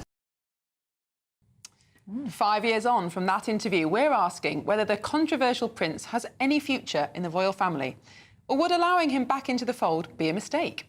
OK, well, former royal gardener Jack Stooks joins us now, alongside royal commentator Richard Fitzwilliams. Very good morning to both of you gentlemen. And Richard, let's start with you, shall we? Would you like to see Prince Andrew back in the royal fold? Well, there's absolutely no chance of that at all. As I think we all know, Prince Andrew is absolutely toxic. And if you look at the latest YouGov poll, you'll see he has some 12% support. He has vehemently denied the charges of sexual assault against him by Virginia Roberts Giuffre, and he's not been convicted of anything. But nonetheless, reportedly some £12 million was paid to settle the civil suit. And the facts are that in the court of public opinion, and the monarchy has to pay close attention to that, he has been found and is considered guilty. He's done absolutely nothing that could or would be considered helpful to the FBI to try and trace Epstein's accomplices. And if you look at this interview, I mean, yes, you mentioned a very British scandal following Scoop is a dramatization of the events that led up to it. Nothing like this has ever been seen. It's so absolutely grotesque. People see him as a symbol of entitled imbecility. And unfortunately for him, what should he do? Well, get a job on the roller stage, possibly, and also do some charitable work. The facts are, however, that so far as people are concerned, the British public, it would be absolutely unthinkable if he were to resume any form of royal duties as things stand at the moment. Just to bring in Jack, you knew or know Andrew personally, and clearly he's had a lot of bad press. But it wasn't always the case, was it? You take a different view. No, I think when we look back to him being in the Falklands, he fought for the country, he came back, and I think at that point in time, he was sort of revered and thought of as this sort of hero that's come back to England, one of the few royal family members that have fought in the war for the country. And, you know, I think that should be remembered of Prince Andrew. I'm not saying that what he's done is right or wrong. I mean, we all saw that interview, and I would be lying to say it wasn't a car crash. It was a complete and utter wreck. But that interview has given us all something fantastic to talk about at dinners. I mean, we're still talking about it now, that many years on. He's not actually doing anything wrong now. He wasn't found guilty. Yes, I'm aware he paid monies, but Virginia, I think at the time said it wasn't about money. She wanted her story heard. She wanted everything to be known. And suddenly she disappeared, you know, a bit of money crossed her palm and she was gone. So we're still not sure quite what went on. He wasn't found guilty, yet he's still being judged for that. As opposed to the friendship with Epstein, yeah, completely awful man that he was, and he was found to have done all these grotesque things. So that isn't the fact that he might not have known. He might have known. We don't know the full side of that story. But currently, Prince Andrew's at his house where he has been. He's still there with his ex-wife, who I think he lives with. They do charitable work still. I know he's probably doing it in the background through his former wife and through helping his children as well, which, I mean, we can see the children are great. They are wonderful, and I think they do help the family. He's 8th in line, I think, to the throne right now, and you can't just suddenly go, oh, actually, no, you're done. You know, like a scratch card that was no good, and just throw him out. He is still part of the royal family, just like Harry is. They all are blood related and very closely. Yeah. Jack, sorry, just to step in there, Richard, but these are very serious allegations, Jack, and I know that Prince Andrew wasn't found guilty of any wrongdoing in that civil sexual assault case, and he's obviously denied any wrongdoing throughout all of this, but there is that reported sum of £12 million, $16 million, however you'd like to put it, and a friendship with a convicted sex offender. I mean, for most people, they would say there's absolutely no coming back from that. Oh, no, completely horrendous. And I completely agree with you all on that. You know, horrendous, heinous crimes. I mean, all of those things should and really were, I think, looked into. With regards to the money, yes, it would be amazing to know why that amount of money was paid. You know, that is the question we all need to know and want to know. But Andrew's been very quiet. So at this moment in time, we still don't quite know what's gone on. And I think instead of sort of going to town on I don't know what we're trying to do is sort of push Andrew out of the house. I don't know where we're going with that. But I think more what needs to happen is if it's felt that it wasn't looked into properly enough, if we hadn't been sort of researched, if we haven't had enough police look into it, then maybe that is what needs to happen. You know, maybe it needs to be reopened, find out why the money was spent, find out where it's gone, find out get to the full, you know, get to the crux of actually what's gone on. And if it's found that he's guilty, then 100% he should be dealt with in that sense. But if he's been found that actually he wasn't guilty, then again, at least we know the end game of where we're all at. Just to bring Richard in for a final word, we now have this division between working and non-working royals. If Prince Andrew is a non-working royal, shouldn't he just be left alone and allowed to live in private? Well, the facts are that he is a member of the world's most high-profile royal family. The facts are also that when people think of Prince Andrew, they think of a photograph taken in Ghislaine Maxwell's London home in 2001, and there he is with his arm around Virginia Roberts-Giuffre. We also think of the fact that he callously never mentioned the victims of the deceased paedophile Jeffrey Epstein. They also consider, if you look at a whole list, it's entitlement, and to a level that's extraordinary. I mean, even the fact it's not illegal, it simply happened that his former home, Sunning Hill Park, was put on the market and just so happened to be sold to a Kazakh oligarch for £3 million more. The whole point, the optics of this are absolutely appalling, and any consideration of the royal family will give to having him in public. I mean, it's news the moment he appears in the context of a church service of some sort or another. That's one thing, but when it comes to anything at all, remember he had over 200 royal patronages. Most of them couldn't wait to get rid of him, and of course he can't use his HRH. He's lost his military titles and so forth. But as special representative of British trade, I mean, he was somewhat of a disaster. And as it is, well, I mean, we've got a person who is frankly a national joke, whether it's doesn't sweat or whether he goes to Pizza Express working. All of this, I mean, the interview was so ghastly that it will be used in decades to come, taught in universities in public relations classes as to how not to behave, and frankly, I don't think he's learnt very much. You just look at a public opinion poll and you see what people think. 88% of people in York wanted to lose any connection with him, and so far as any of this, when he's not doing, for example, charitable work of any sort or anything that might rehabilitate him in the public eye, there's no way the royal family would even consider giving him any form of job of any sort other than running the royal estates and something quiet. OK, I'm afraid we're out of time. Former royal gardener, senior gardener at the Royal Estate, Jack Stooks, and royal commentator Richard Fitzwilliams. Thank you very much indeed. And still to come, Paul Coit will be back with all our latest sport. That's next. This is GB News with Miriam and Ellie.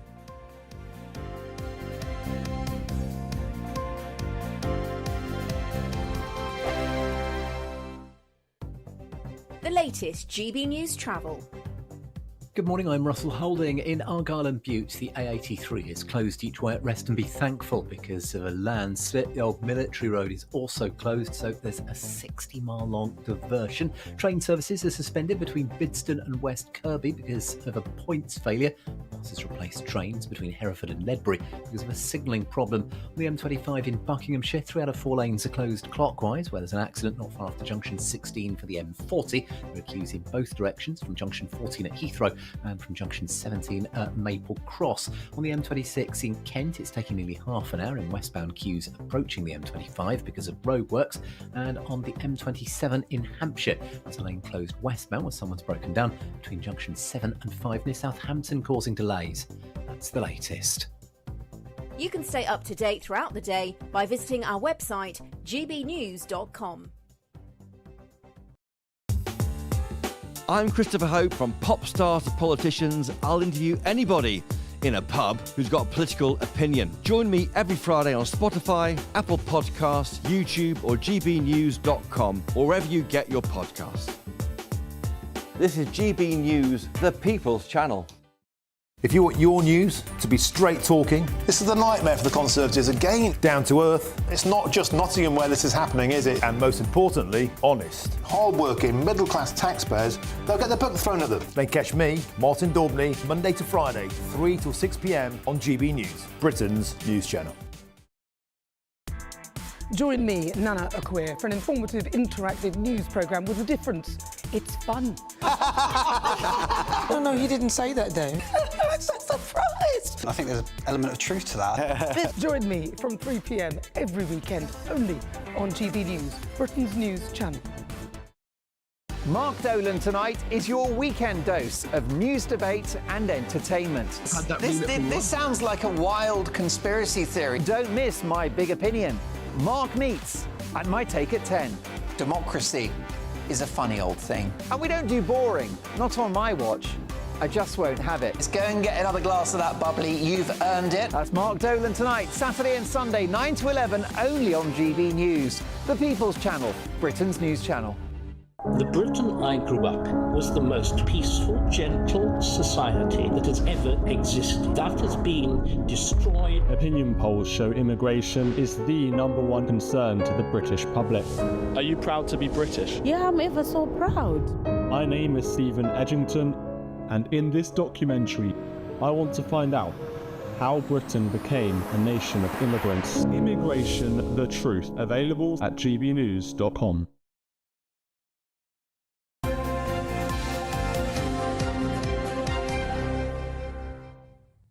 Welcome back. You're watching and listening to GB News Breakfast with Miriam and Ellie. And we're going through the sport now with Paul Coit. Morning, Paul. Good morning, Steve. So we don't have long, so I'm going to go as quick as I can. Firstly, Manchester City drew with Inter Milan last night. It was 0-0 at the Etihad. It wasn't a great game. Not much to see here. No, nothing really, apart from nice shirts. That's their new shirts, designed by Noel Gallagher, but that's pretty much it. Celtic beat Slovan Bratislava of Slovakia 5-1.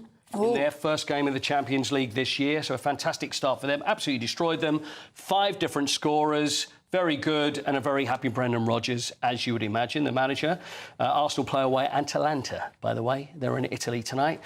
Coventry 1, Spurs 2. You'd think that was OK in the Carabao Cup. It was very dull. It was. Spurs were not great. Lots of sideways. For example, in the first half, 72% possession, no shots. Let's hear from manager Ange Postecoglou. Ange. I thought, it was a typical cup tie. I thought Coventry were really good. It brought some real energy to the game, and we couldn't really get, a grip on it. So we had to hang in there. We had to work really, really hard just to stay in the game. And at the end there, we showed some real spirit and character, which, is probably what's been missing the first sort of 4 games. We had the performance, but we haven't had the sort of that, Yeah, they showed spirit and character, but it took to the 88th minute to show a bit of spirit and character, so it was a little late. Showed a bit late. 2-1, but they managed to get through. Coventry very, very unlucky because I thought they were terrific. Brighton beat Wolves 3-2. Sad news.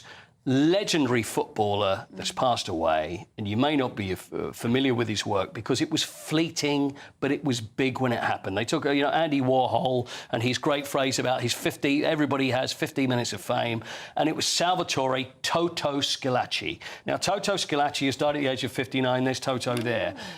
In Italia 90, along with Paul Gascoigne, he was the true star, and he was an Italian striker, and he was the last pick for the Italian team, and then he was given 1 game and he scored, and then they kept him in. He ended up winning the Golden Boot. He scored 6 goals. He had these trademark wide eyes. Here he is there playing in Italy. 6 goals. He won the Golden Ball. He won the best player. He came second in the Ballon d'Or, which we know is for the greatest footballer in the world at that time. And then that was pretty much it. He only ever scored 1 more goal for Italy. Wow. And so Italia 90, that was it. that was his moment. And then he passed away at the age of just 59. It's no age. It was short but extremely bright at Italia 90. But yes, so sad news about Toto Schillaci. But talking about Ballon d'Or, I go from Ballon to balloons. I see what you did there. I've been working on that all morning. But look at this. The 67th Coupe Aeronautique, Gordon Bennett. Now, Gordon Bennett, you know the phrase, Gordon Bennett. It's not Gordon Bennett. Look at the size of that balloon. Gordon Bennett originally was a publisher and a balloon enthusiast at the turn of the century. So this has been going since 1906. So it's the long-distance gas balloon championships, and it's basically how far you can travel in a balloon. So you guess, Miriam, how far? Around 2,000 miles was my guess. It was very good because they start in Munster, Germany, and they travel. Well, the winner, Christian Wagner and Stephanie Liller from Austria, 2,111.17 kilometres, 1,300 miles, so over 3 days. Wow. And they landed in southern Portugal yesterday. 21 balloons. There they are. Oh, isn't that fantastic? It's such a beautiful sight. Great pictures. Does it count as sport, though? You know what? I'll be honest with you, Miriam. I don't care because it looks great. It's fantastic.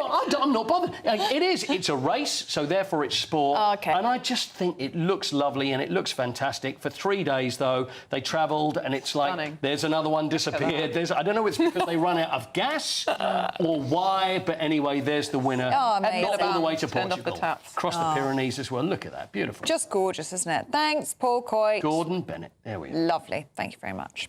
Do stay with us. We're going to be going through the papers next with Susan Holder and Charlie Rowley.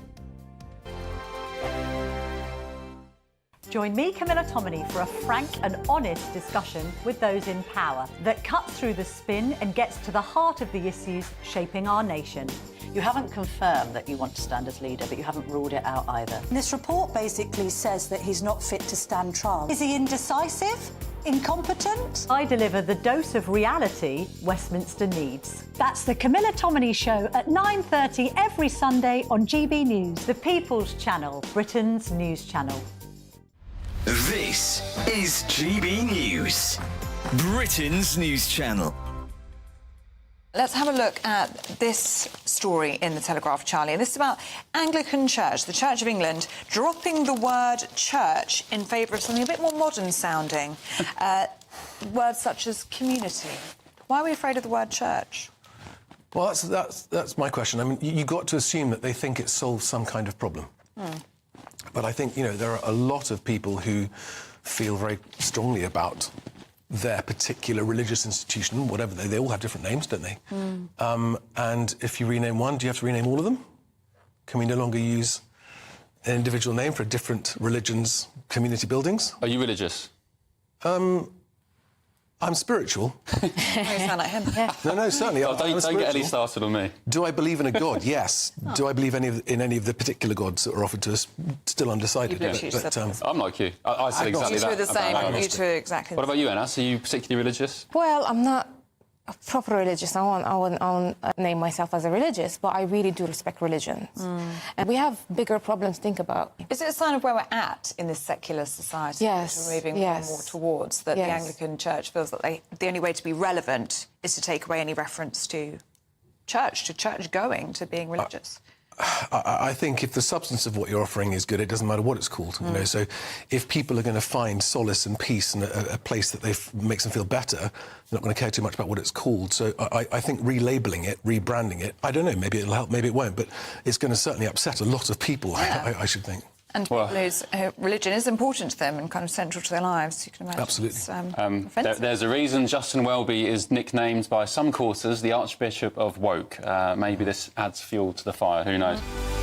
GB News, the People's Channel. Good afternoon, Britain. Your lunchtime update on the stories that matter across the UK.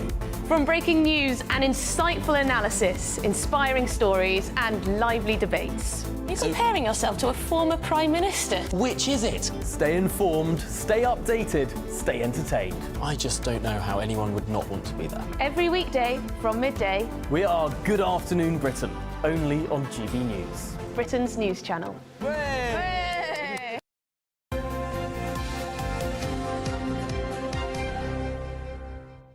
Welcome back to Breakfast. We're going to take you through the front pages now. And the Telegraph opens with Israel's declaration that a new stage of the war has begun. And the Daily Mail features claims from Israel's Prime Minister Benjamin Netanyahu, who has claimed that the Labour government has undermined Israel. There's only one story in town. The Guardian also leads on fears of escalation in the Middle East. And the Eye reports that the landlord MP who founded a nursery firm has been accused of child safety breaches. And the Daily Star leads with free gear care. As reports reveal, the Prime Minister was given £100,000 worth of freebies. Now, joining us to go through what's making the news is author and journalist Susan Holden and former special advisor to Michael Gove, Charlie Rowley. Didn't do that very well. Welcome to the studio. Apologies. I can be formal as well as You're formal. a formal advisor. You're looking very formal and very smart. You're a former advisor. You inspired me with the blue today, so I'll go with the blue tie. So what catches your attention in the headlines today? Well, there's a particular story in the Times, page 12, which talks about Sir Mark Rowley, Metropolitan Police Commissioner. No relation. Of no relation. Telling the conference, Police Federation, that anybody that accuses the police embolden thugs. Now, when I read this, I did sort of, take in that sort of sharp intake of breath and think, oh, right, you're making it sound as though we can't criticise the police because the police have got many, many failings. There have been awful bad apples, to say the least, in the Metropolitan Police, where I absolutely back Sir Mark Rowley to root out those bad apples, to get rid of those people that are committing crimes when they're supposed to be protecting the public. However, to go on the total defence and say you can't criticise us at all, and I see the point he's trying to make, because if you constantly, day by day, trash the police, then of course the public follow. They do follow what politicians say. I mean, people do listen to politicians, and so I understand the need. If you constantly criticise the police, or if you can't challenge them at all, if you constantly challenge the police, then it becomes systemic within the public. But they have to be held to account like any other public body. And I think where criticism is due, such as two-tier policing that we saw during the riots, I think it should be called out for what it is. Yeah. It's a difficult line, isn't it? Because we have policing by consent. I'll help him out there. I don't think it's that difficult, to be quite honest. I think Charlie makes a good point that obviously they need to be held to account by politicians, by people in government, by the media. I think abusive police officers going about their daily business in the street or even on social media is absolutely outrageous and should not be allowed. But no, apparently he gave this comment as well in a speech where that he called setting police up to win. As opposed to what? Would be my question. I mean, it's just kind of, that's a bit of a word salad kind of for what the job he's meant to be doing. The way you embolden criminals, actually, is by not policing properly and not having deterrence and not sending people to prison or giving them sentences that justify their crime. That's how you embolden criminals. It's nothing to do with whether the police are being criticised. They should be held to account. He didn't actually say criticise, though. He's talking about people throwing insults, which is a different thing. And if you diminish respect that depends on where your line is on what an insult and what a criticism is as well, actually. Most responsible people know the difference. I would agree with you, but some people would argue that one is the other anyway if they're not kind of common sense. I mean, I suppose the counter is, I say it goes without saying, but maybe we should say it more, that actually if you put on that uniform and you put your life on the line to protect us all, then you are doing one of the most best service, public service acts that you can do. And we support the police all the way, but I say that goes without saying. Maybe we should say that more often. He did also make a very good point about somebody who was a police officer, I think it was PC Fisher, who was heavily criticised and taken to court for a car accident on the way to respond to a terrorist attack.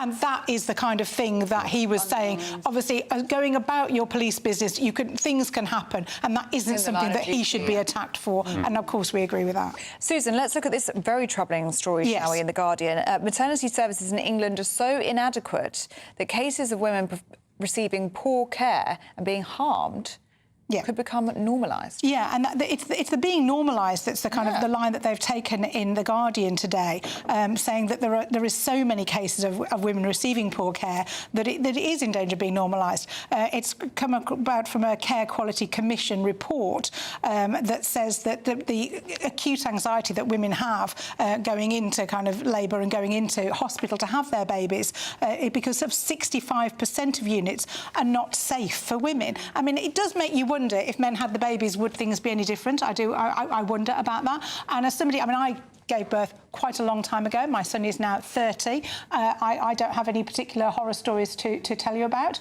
but both of my stepdaughters have given birth in more recent years, one in Manchester, one in London. I was with them both during those things.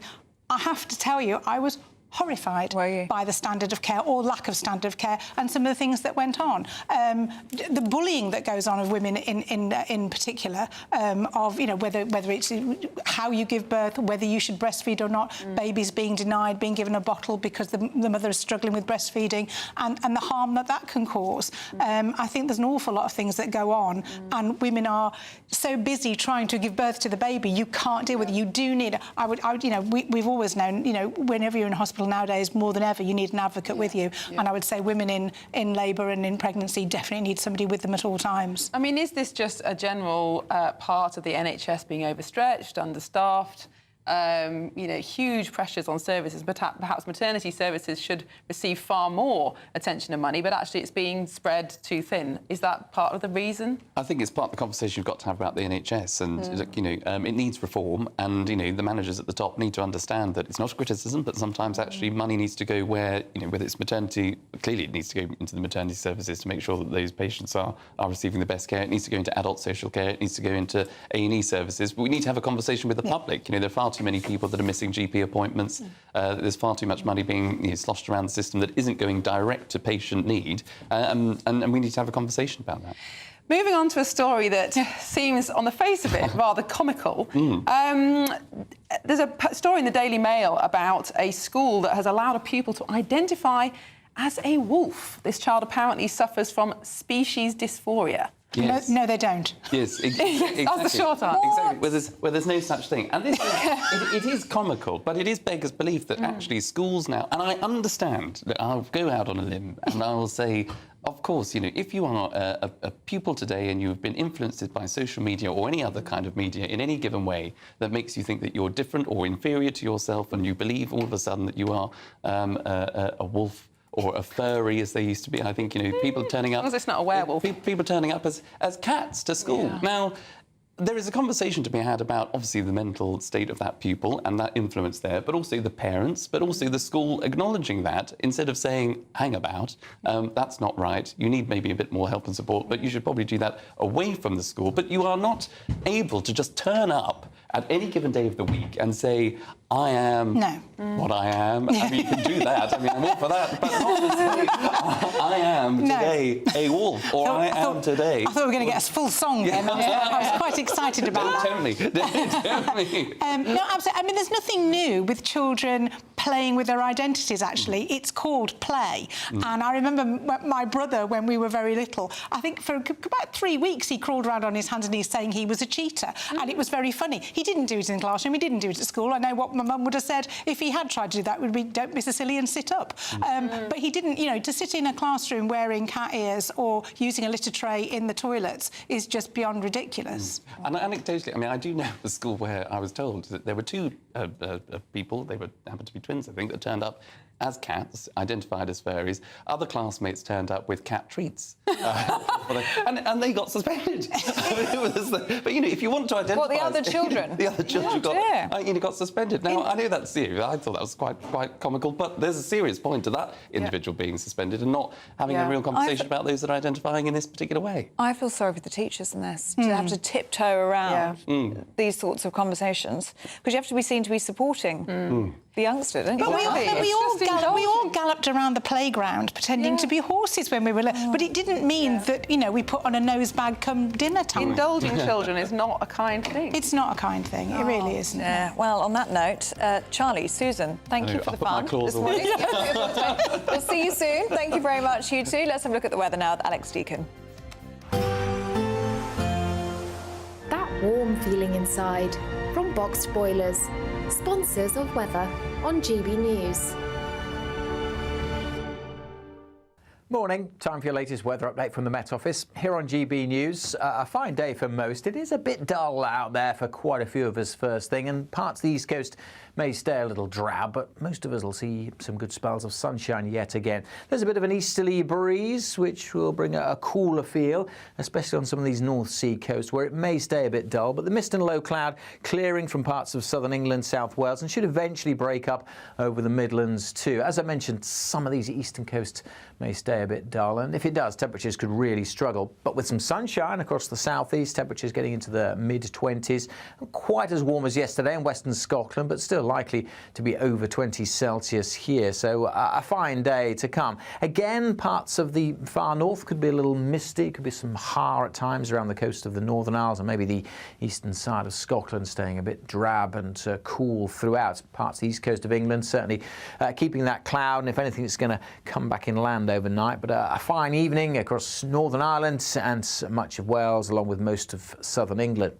Temperatures will be falling away into those clear skies, and notice quite rapidly that cloud just spilling back inland over the Midlands, over northeast England, over eastern Scotland as we go through the night, and maybe once again but getting back into East Wales and parts of southwest England. But again, the vast majority will stay dry. That cloud may be thick enough for a little drizzle on the eastern coast. Temperatures holding up with the cloud in double digits, single figures across parts of Scotland and Northern Ireland, where again, particularly western Scotland, Northern Ireland, having another fine and sunny day tomorrow. But in the south, all change. Starts fairly cloudy. It may well brighten up, but then we are expecting some quite heavy showers to break out as we go from late morning onwards across the Midlands, southern England, parts of South Wales. Some thunderstorms are possible too. Further north, it stays dry. Again, quite cool and cloudy on the east coast.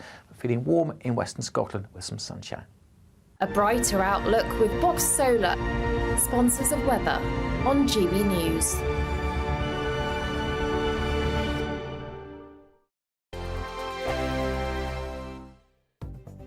The latest GB News travel.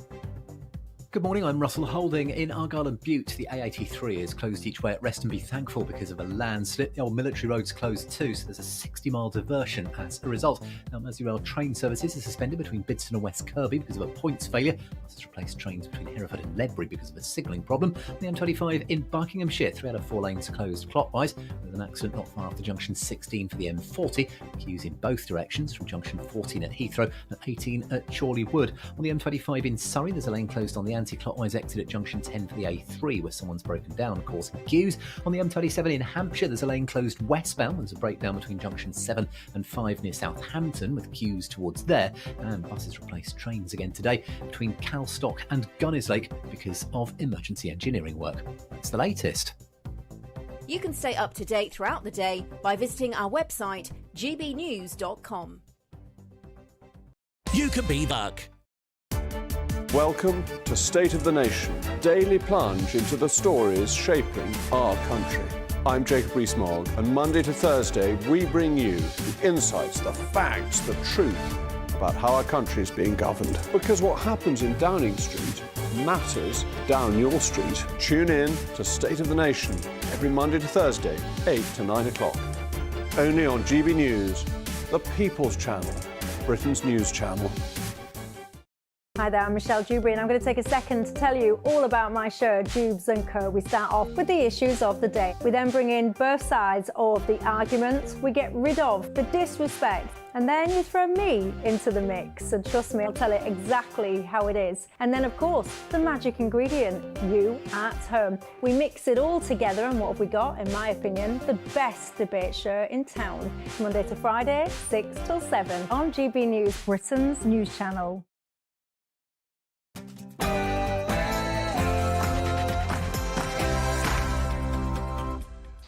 Good morning. Israel declares a new phase of its war as the world watches on.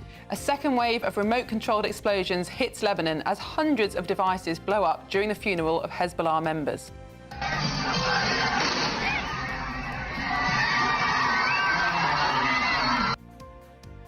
Israel's Prime Minister Benjamin Netanyahu accuses Sir Keir Starmer of sending mixed messages over Britain's suspension of some arms weapons. So we're asking this morning, could we be dragged into the conflict? A Hall of Fame intelligence operation from Israel as it sends another division to the north. And this comes as Keir Starmer's government comes under criticism from Israel over its supposed lack of support. And some breaking news this morning. The BBC is reporting that 5 women say they were raped by Mohammed Al Fayed when they were working at Harrods. This follows a testimony from more than 20 ex-employees. Sir Keir Starmer has worries at home as he faces backlash for accepting more gifts and freebies than any other MP. So Keir Starmer has received twice as much in freebies than the next 5 MPs combined. Could this be a problem? Could he come up against lobbying issues? Find out more with me very soon. And the series A Very Royal Scandal is released today. It details that infamous Prince Andrew interview. Today, GB News remembers the 22,000 British servicemen and women who bravely helped conduct nuclear tests back in the 1950s and 60s. And we even meet the inspirational veterans. And the Prince of Wales Homewards programme is teaming up with the Blue Light Card system to give homelessness workers the same access to discounts and savings as NHS staff. A grey start for some, but the weather is going to brighten up. For most of us, it'll be another sunny day. Some bigger changes, though, are on the way for tomorrow. Join me later for a full forecast.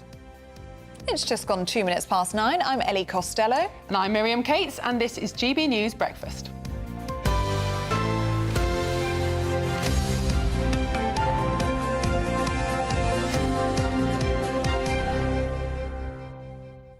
The Israeli government has declared a new phase of war following a wave of walkie-talkie and pager explosions across Lebanon.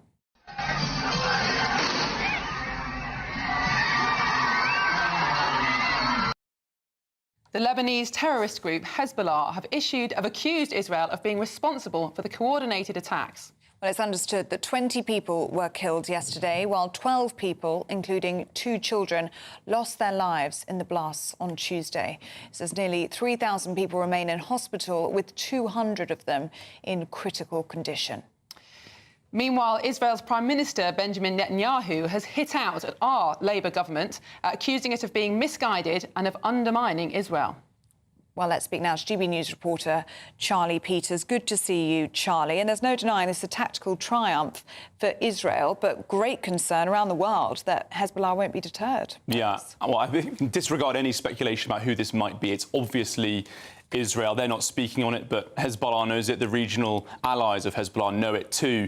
And as you say, there is that concern, Ellie, about how Hezbollah might not be deterred, by this action. They've been firing tens of thousands of rockets and anti-tank guided munitions and mortars as well over the border with Israel since October the 8th. Israel will say that is a war that Lebanon started. That's a front of the conflict that they opened after the October the 7th atrocity. And on that day, October the 7th, I think as we talk about the criticism that Starmer's government is pushing towards Netanyahu, it's worth pointing that 14 Brits were killed in that attack. 5 Brits were taken hostage. And that's the line that Netanyahu's using in an interview he's done with a UK newspaper today, referring to his stance on the decision by the government to remove some arms licences. He's described it as shameful. He's referred even to the anti-Semitism across Britain, the rise that's been sparked since that attack. But on the most recent intelligence operation, these 2 days of explosions, a masterclass, however you look at it, regardless of your perspective on the war, the achievement from an intelligence and security perspective is immense. There are original speculations that this could have been an interception of a couple of companies in Taiwan and Hungary that Mossad then snuck into, put some explosives in through a deal, which were then bought by Hezbollah. It appears now, from fresh information we're receiving today, that instead Israel set up several fake front companies and over a couple of years managed to start a relationship with the key Hezbollah procurement departments, who then sold them thousands of these bugged radios and pages. And what's even more extraordinary is that this second round of attacks, the day later explosions, those were the emergency communication systems taken out of warehouses after the pages went down. For several years now, Hassan Nasrallah, the leader of Hezbollah, has ordered that mobile phones are disregarded, especially in meetings, especially on the front lines. They don't want any mobile phones being intercepted by Israeli intelligence. But that plan has been intercepted very effectively by Israel now with these explosions happening across the country. I think there was an assumption maybe 5 years ago that warfare from now on was all going to be technological, all cyber. But actually, haven't the wars in Ukraine and now this very intelligent but fairly retro attack by Israel, haven't they disproved that theory, that actually warfare is still very much about intelligence and infantry and traditional methods? Yeah, bombs and bullets win wars, not just very effective drone strikes and all the rest of it. signals intelligence tells you where you need to fight, but you need men and women to go there and do that fighting. And I think it's worth noting that Yoav Gallant, the Israeli defence minister, yesterday, very soon after the news of those explosions came out, speaking at an Air Force base in northern Israel at Ramat Gan, he said the next phase, a new phase of this war is now opening up. There are some 70,000 Israeli civilians who've had to flee their homes in that 5-kilometre deep border zone, a buffer zone away from northern Israel. There's a lot of anger in Israel towards the Netanyahu government over the hostages in Gaza, but there is an equal amount of anger from those tens of thousands of Israelis who've not been allowed to return home because they think they've not done enough to deter Hezbollah.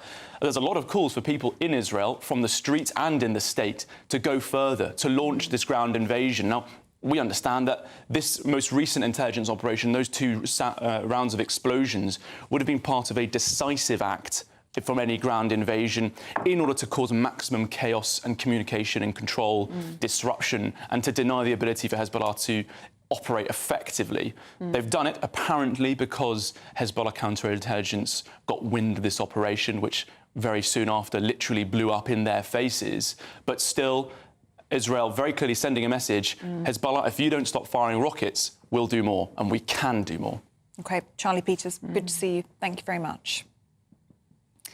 Now, it's been revealed that Sir Keir Starmer has received more freebies than any other MP since taking the keys to number 10, totalling around £100,000. So let's take a listen to what he previously had to say about decency in politics when he was Leader of the Opposition. As ever, one rule for them, another rule for everybody else. A new Britain built on decency, security, prosperity and respect is welcome in my Labour Party.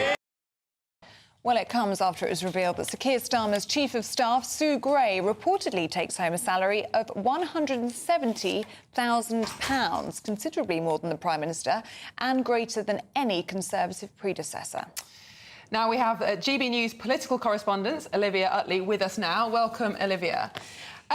Obviously, this is a big scandal. It's headline news in most papers, but is this a confected story? All these donations have been declared. Should we really be obsessing about this? Well, as you say, I mean, does it really matter is the big question. Tom Dugan has suggested that it doesn't pass the sniff test, that idea that it just looks a bit wrong, that the optics are a bit wrong. But fundamentally, is that important? Well, there could be something important going on here. The question, of course, is why are these companies offering the Prime Minister these freebies? And the Premier League has been offering lots and lots of football tickets. That's a big part of that £107,000 sum of freebies.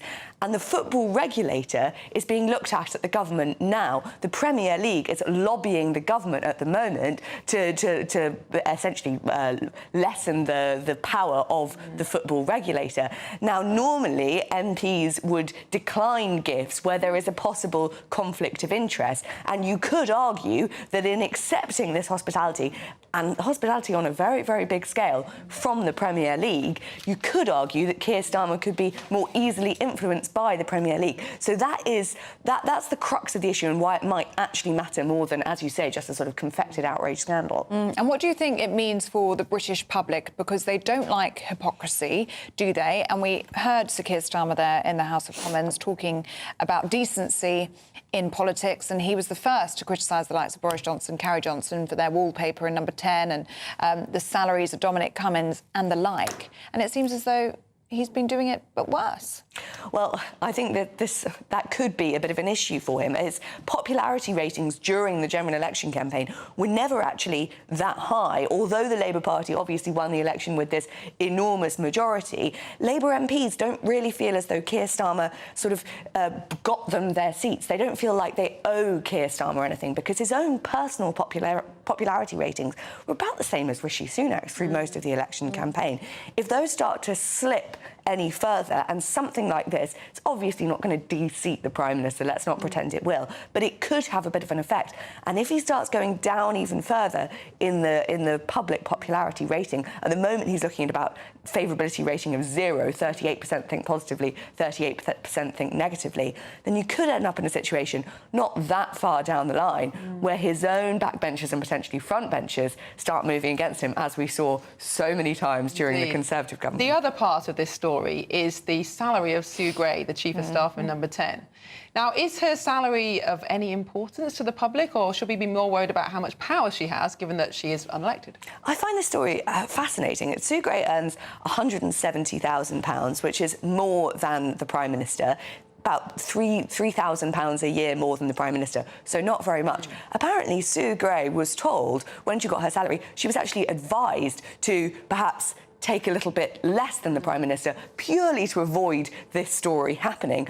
But obviously, she didn't go with that option, and she did choose to earn £3,000 a year more than the Prime Minister, which, after tax, is negligible sum on pounds that a month. salary. Exactly. So you do have to wonder a little bit about her political judgment there. Yes. And obviously, that is important because she does wield such a lot of power in Downing Street at the moment. She is being compared to the new sort of Dominic Cummings. Perhaps she isn't quite such a maverick a character, but it will be really interesting to see how that relationship develops, because the other issue is that Labour special advisers, many of whom are now earning less in government than they were earning in opposition, feel pretty resentful about Sue Gray. And how that relationship develops could be really, really important, because, of course, we saw when Dominic Cummings wielded that much power under the Conservative government, you had lots of resentful special advisers, you had relationships deteriorating very quickly, and ultimately it was a big factor that brought down Boris Johnson. Indeed. Olivia, good to see you. Thank you very much. Now, the BBC has revealed that 5 women were allegedly raped by former Harrod's boss Mohammed Al Fayed when they were employees at the luxury department store. According to this documentary and podcast, Harrod's helped to cover up the abuse allegations, and in response, the current owners have said that they are utterly appalled by the revelations and they have apologised. Well, earlier we spoke to former royal correspondent for the Sun newspaper, Charles Ray. Shocking. Fayed died last year at the age of 94. He has always been a controversial character, from the Cash for Questions row way back in the 90s. And he was accused of sexual assault in around about 2009, which was never proven. And now we've got these allegations. Now, these are far, far more serious allegations than the previous ones. As you quite rightly said, there's 5 women who claim that they have been raped, and there are another, I think it's another 9 or so who claim they were sexually assaulted by Fayed. This is devastating news for Harrods in particular, not least of all the women involved. I'm not trying to take away anything from them. It's awful that he was always known as a ladies' man. He always had a beautiful woman on his arm, particularly when he was opening something up special at the Harrods store, and the whole thing is quite appalling. Harrods have moved so quickly this morning to say, we are the new owners. We are a different Harrods. We would never have covered anything up like this.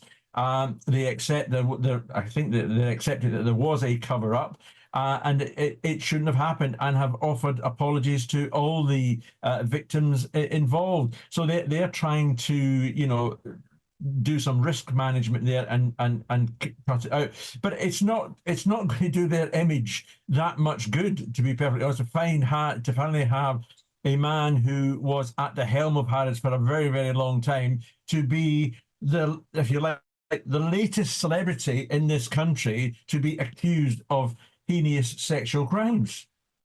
That's Charles Ray speaking to us a little bit earlier on in the programme. A spokesperson for Harrods has given us this statement. They say the Harrods of today is a very different organisation to the one owned and controlled by Al Fayed between 1985 and 2010. It is one that seeks to put the welfare of our employees at the heart of everything that we do. Now it's time for the Great British Giveaway, and your chance to win the equivalent of having an extra £3,000 in your bank account each month for the next year. That's a whopping £36,000 in tax-free cash. Here are all the details you'll need for the chance to make it yours. Good luck. Yes, good luck. Still to come, we're going to have all the details on Prince William's new initiative that he's about to launch. Find out more next.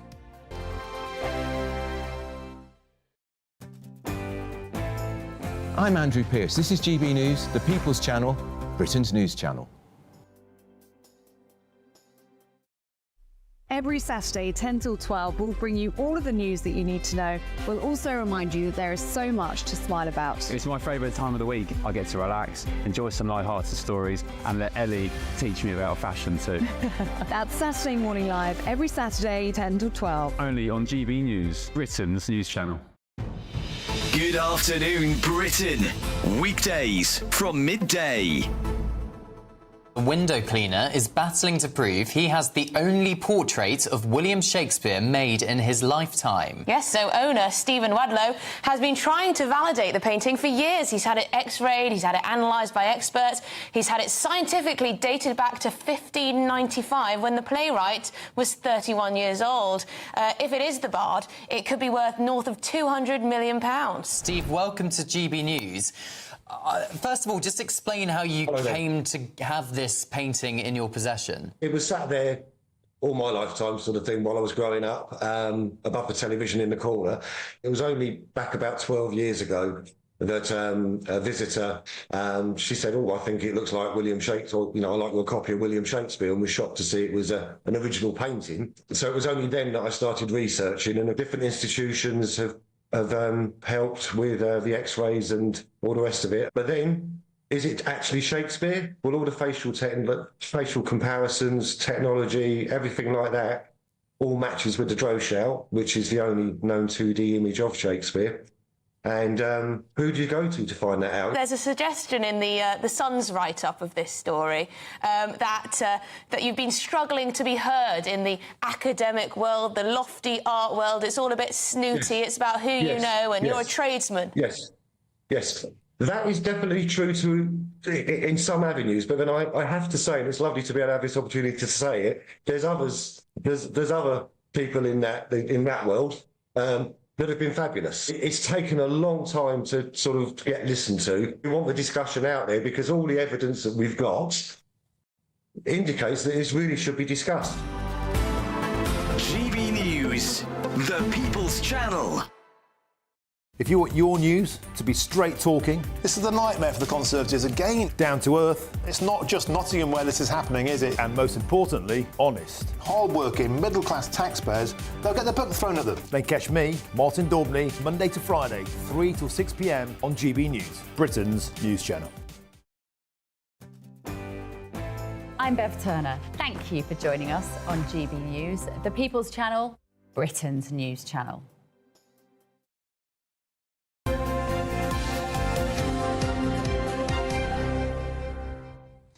Welcome back. You're watching and listening to GB News Breakfast with Miriam and Ellie, and you've been getting in touch with your views through our website. John says this is on the subject of schools.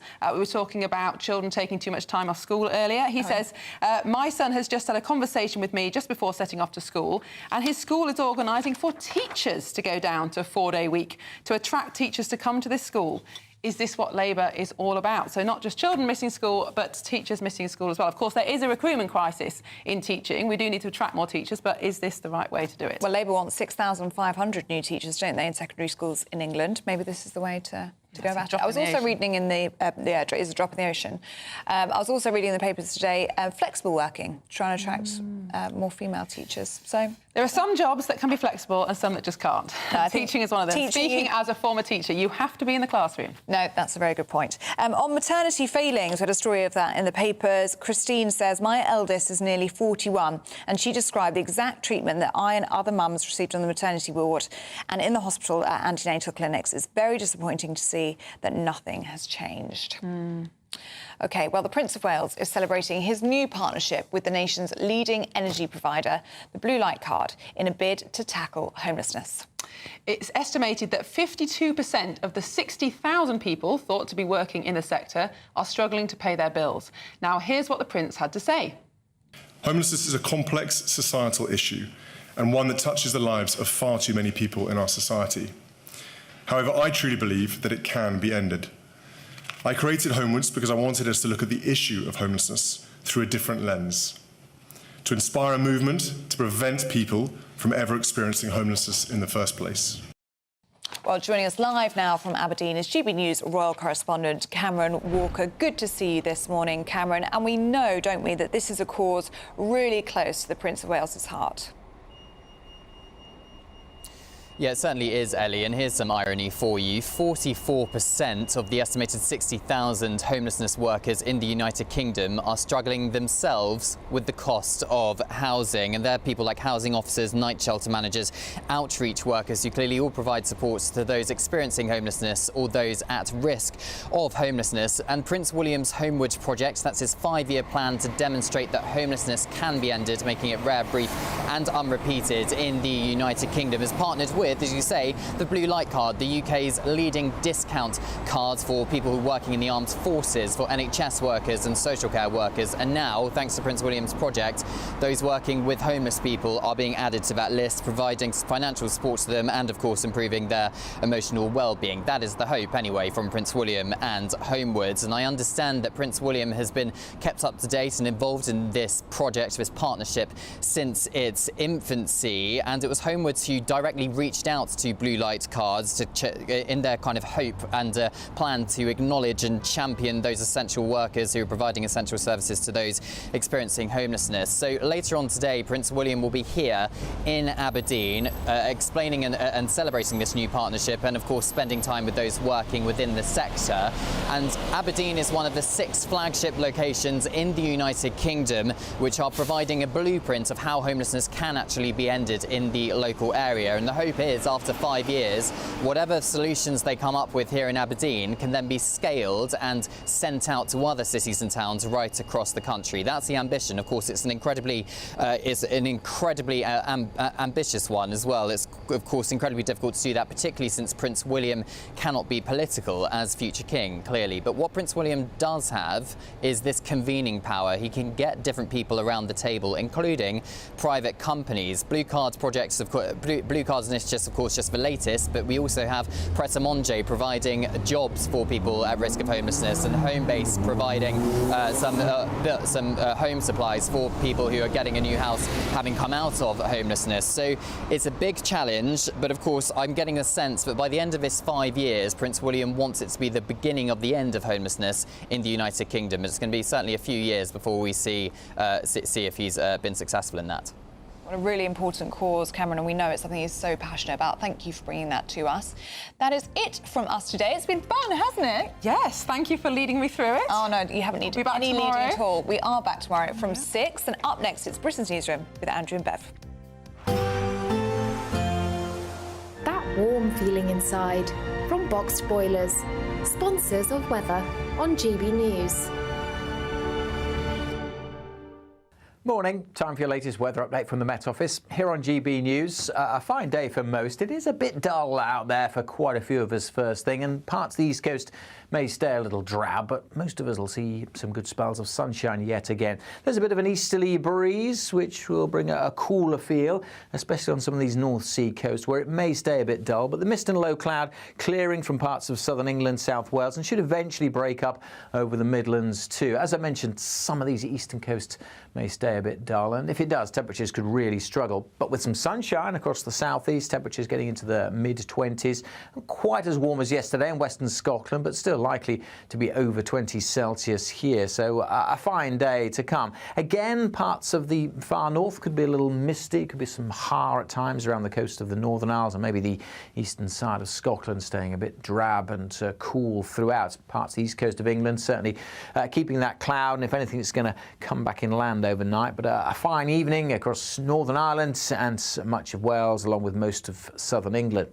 Temperatures will be falling away into those clear skies, and notice quite rapidly that cloud just spilling back inland over the Midlands, over northeast England, over eastern Scotland as we go through the night, and maybe once again but getting back into East Wales and parts of southwest England. But again, the vast majority will stay dry. That cloud may be thick enough for a little drizzle on the eastern coast. Temperatures holding up with the cloud in double digits, single figures across parts of Scotland and Northern Ireland, where again, particularly western Scotland, Northern Ireland, having another fine and sunny day tomorrow. But in the south, all change. Starts fairly cloudy. It may well brighten up, but then we are expecting some quite heavy showers to break out as we go from late morning onwards across the Midlands, southern England, parts of South Wales. Some thunderstorms are possible too. Further north, it stays dry. Again, quite cool and cloudy on the east coast, but feeling warm in western Scotland with some sunshine. A brighter outlook with Box Solar, sponsors of weather on GB News.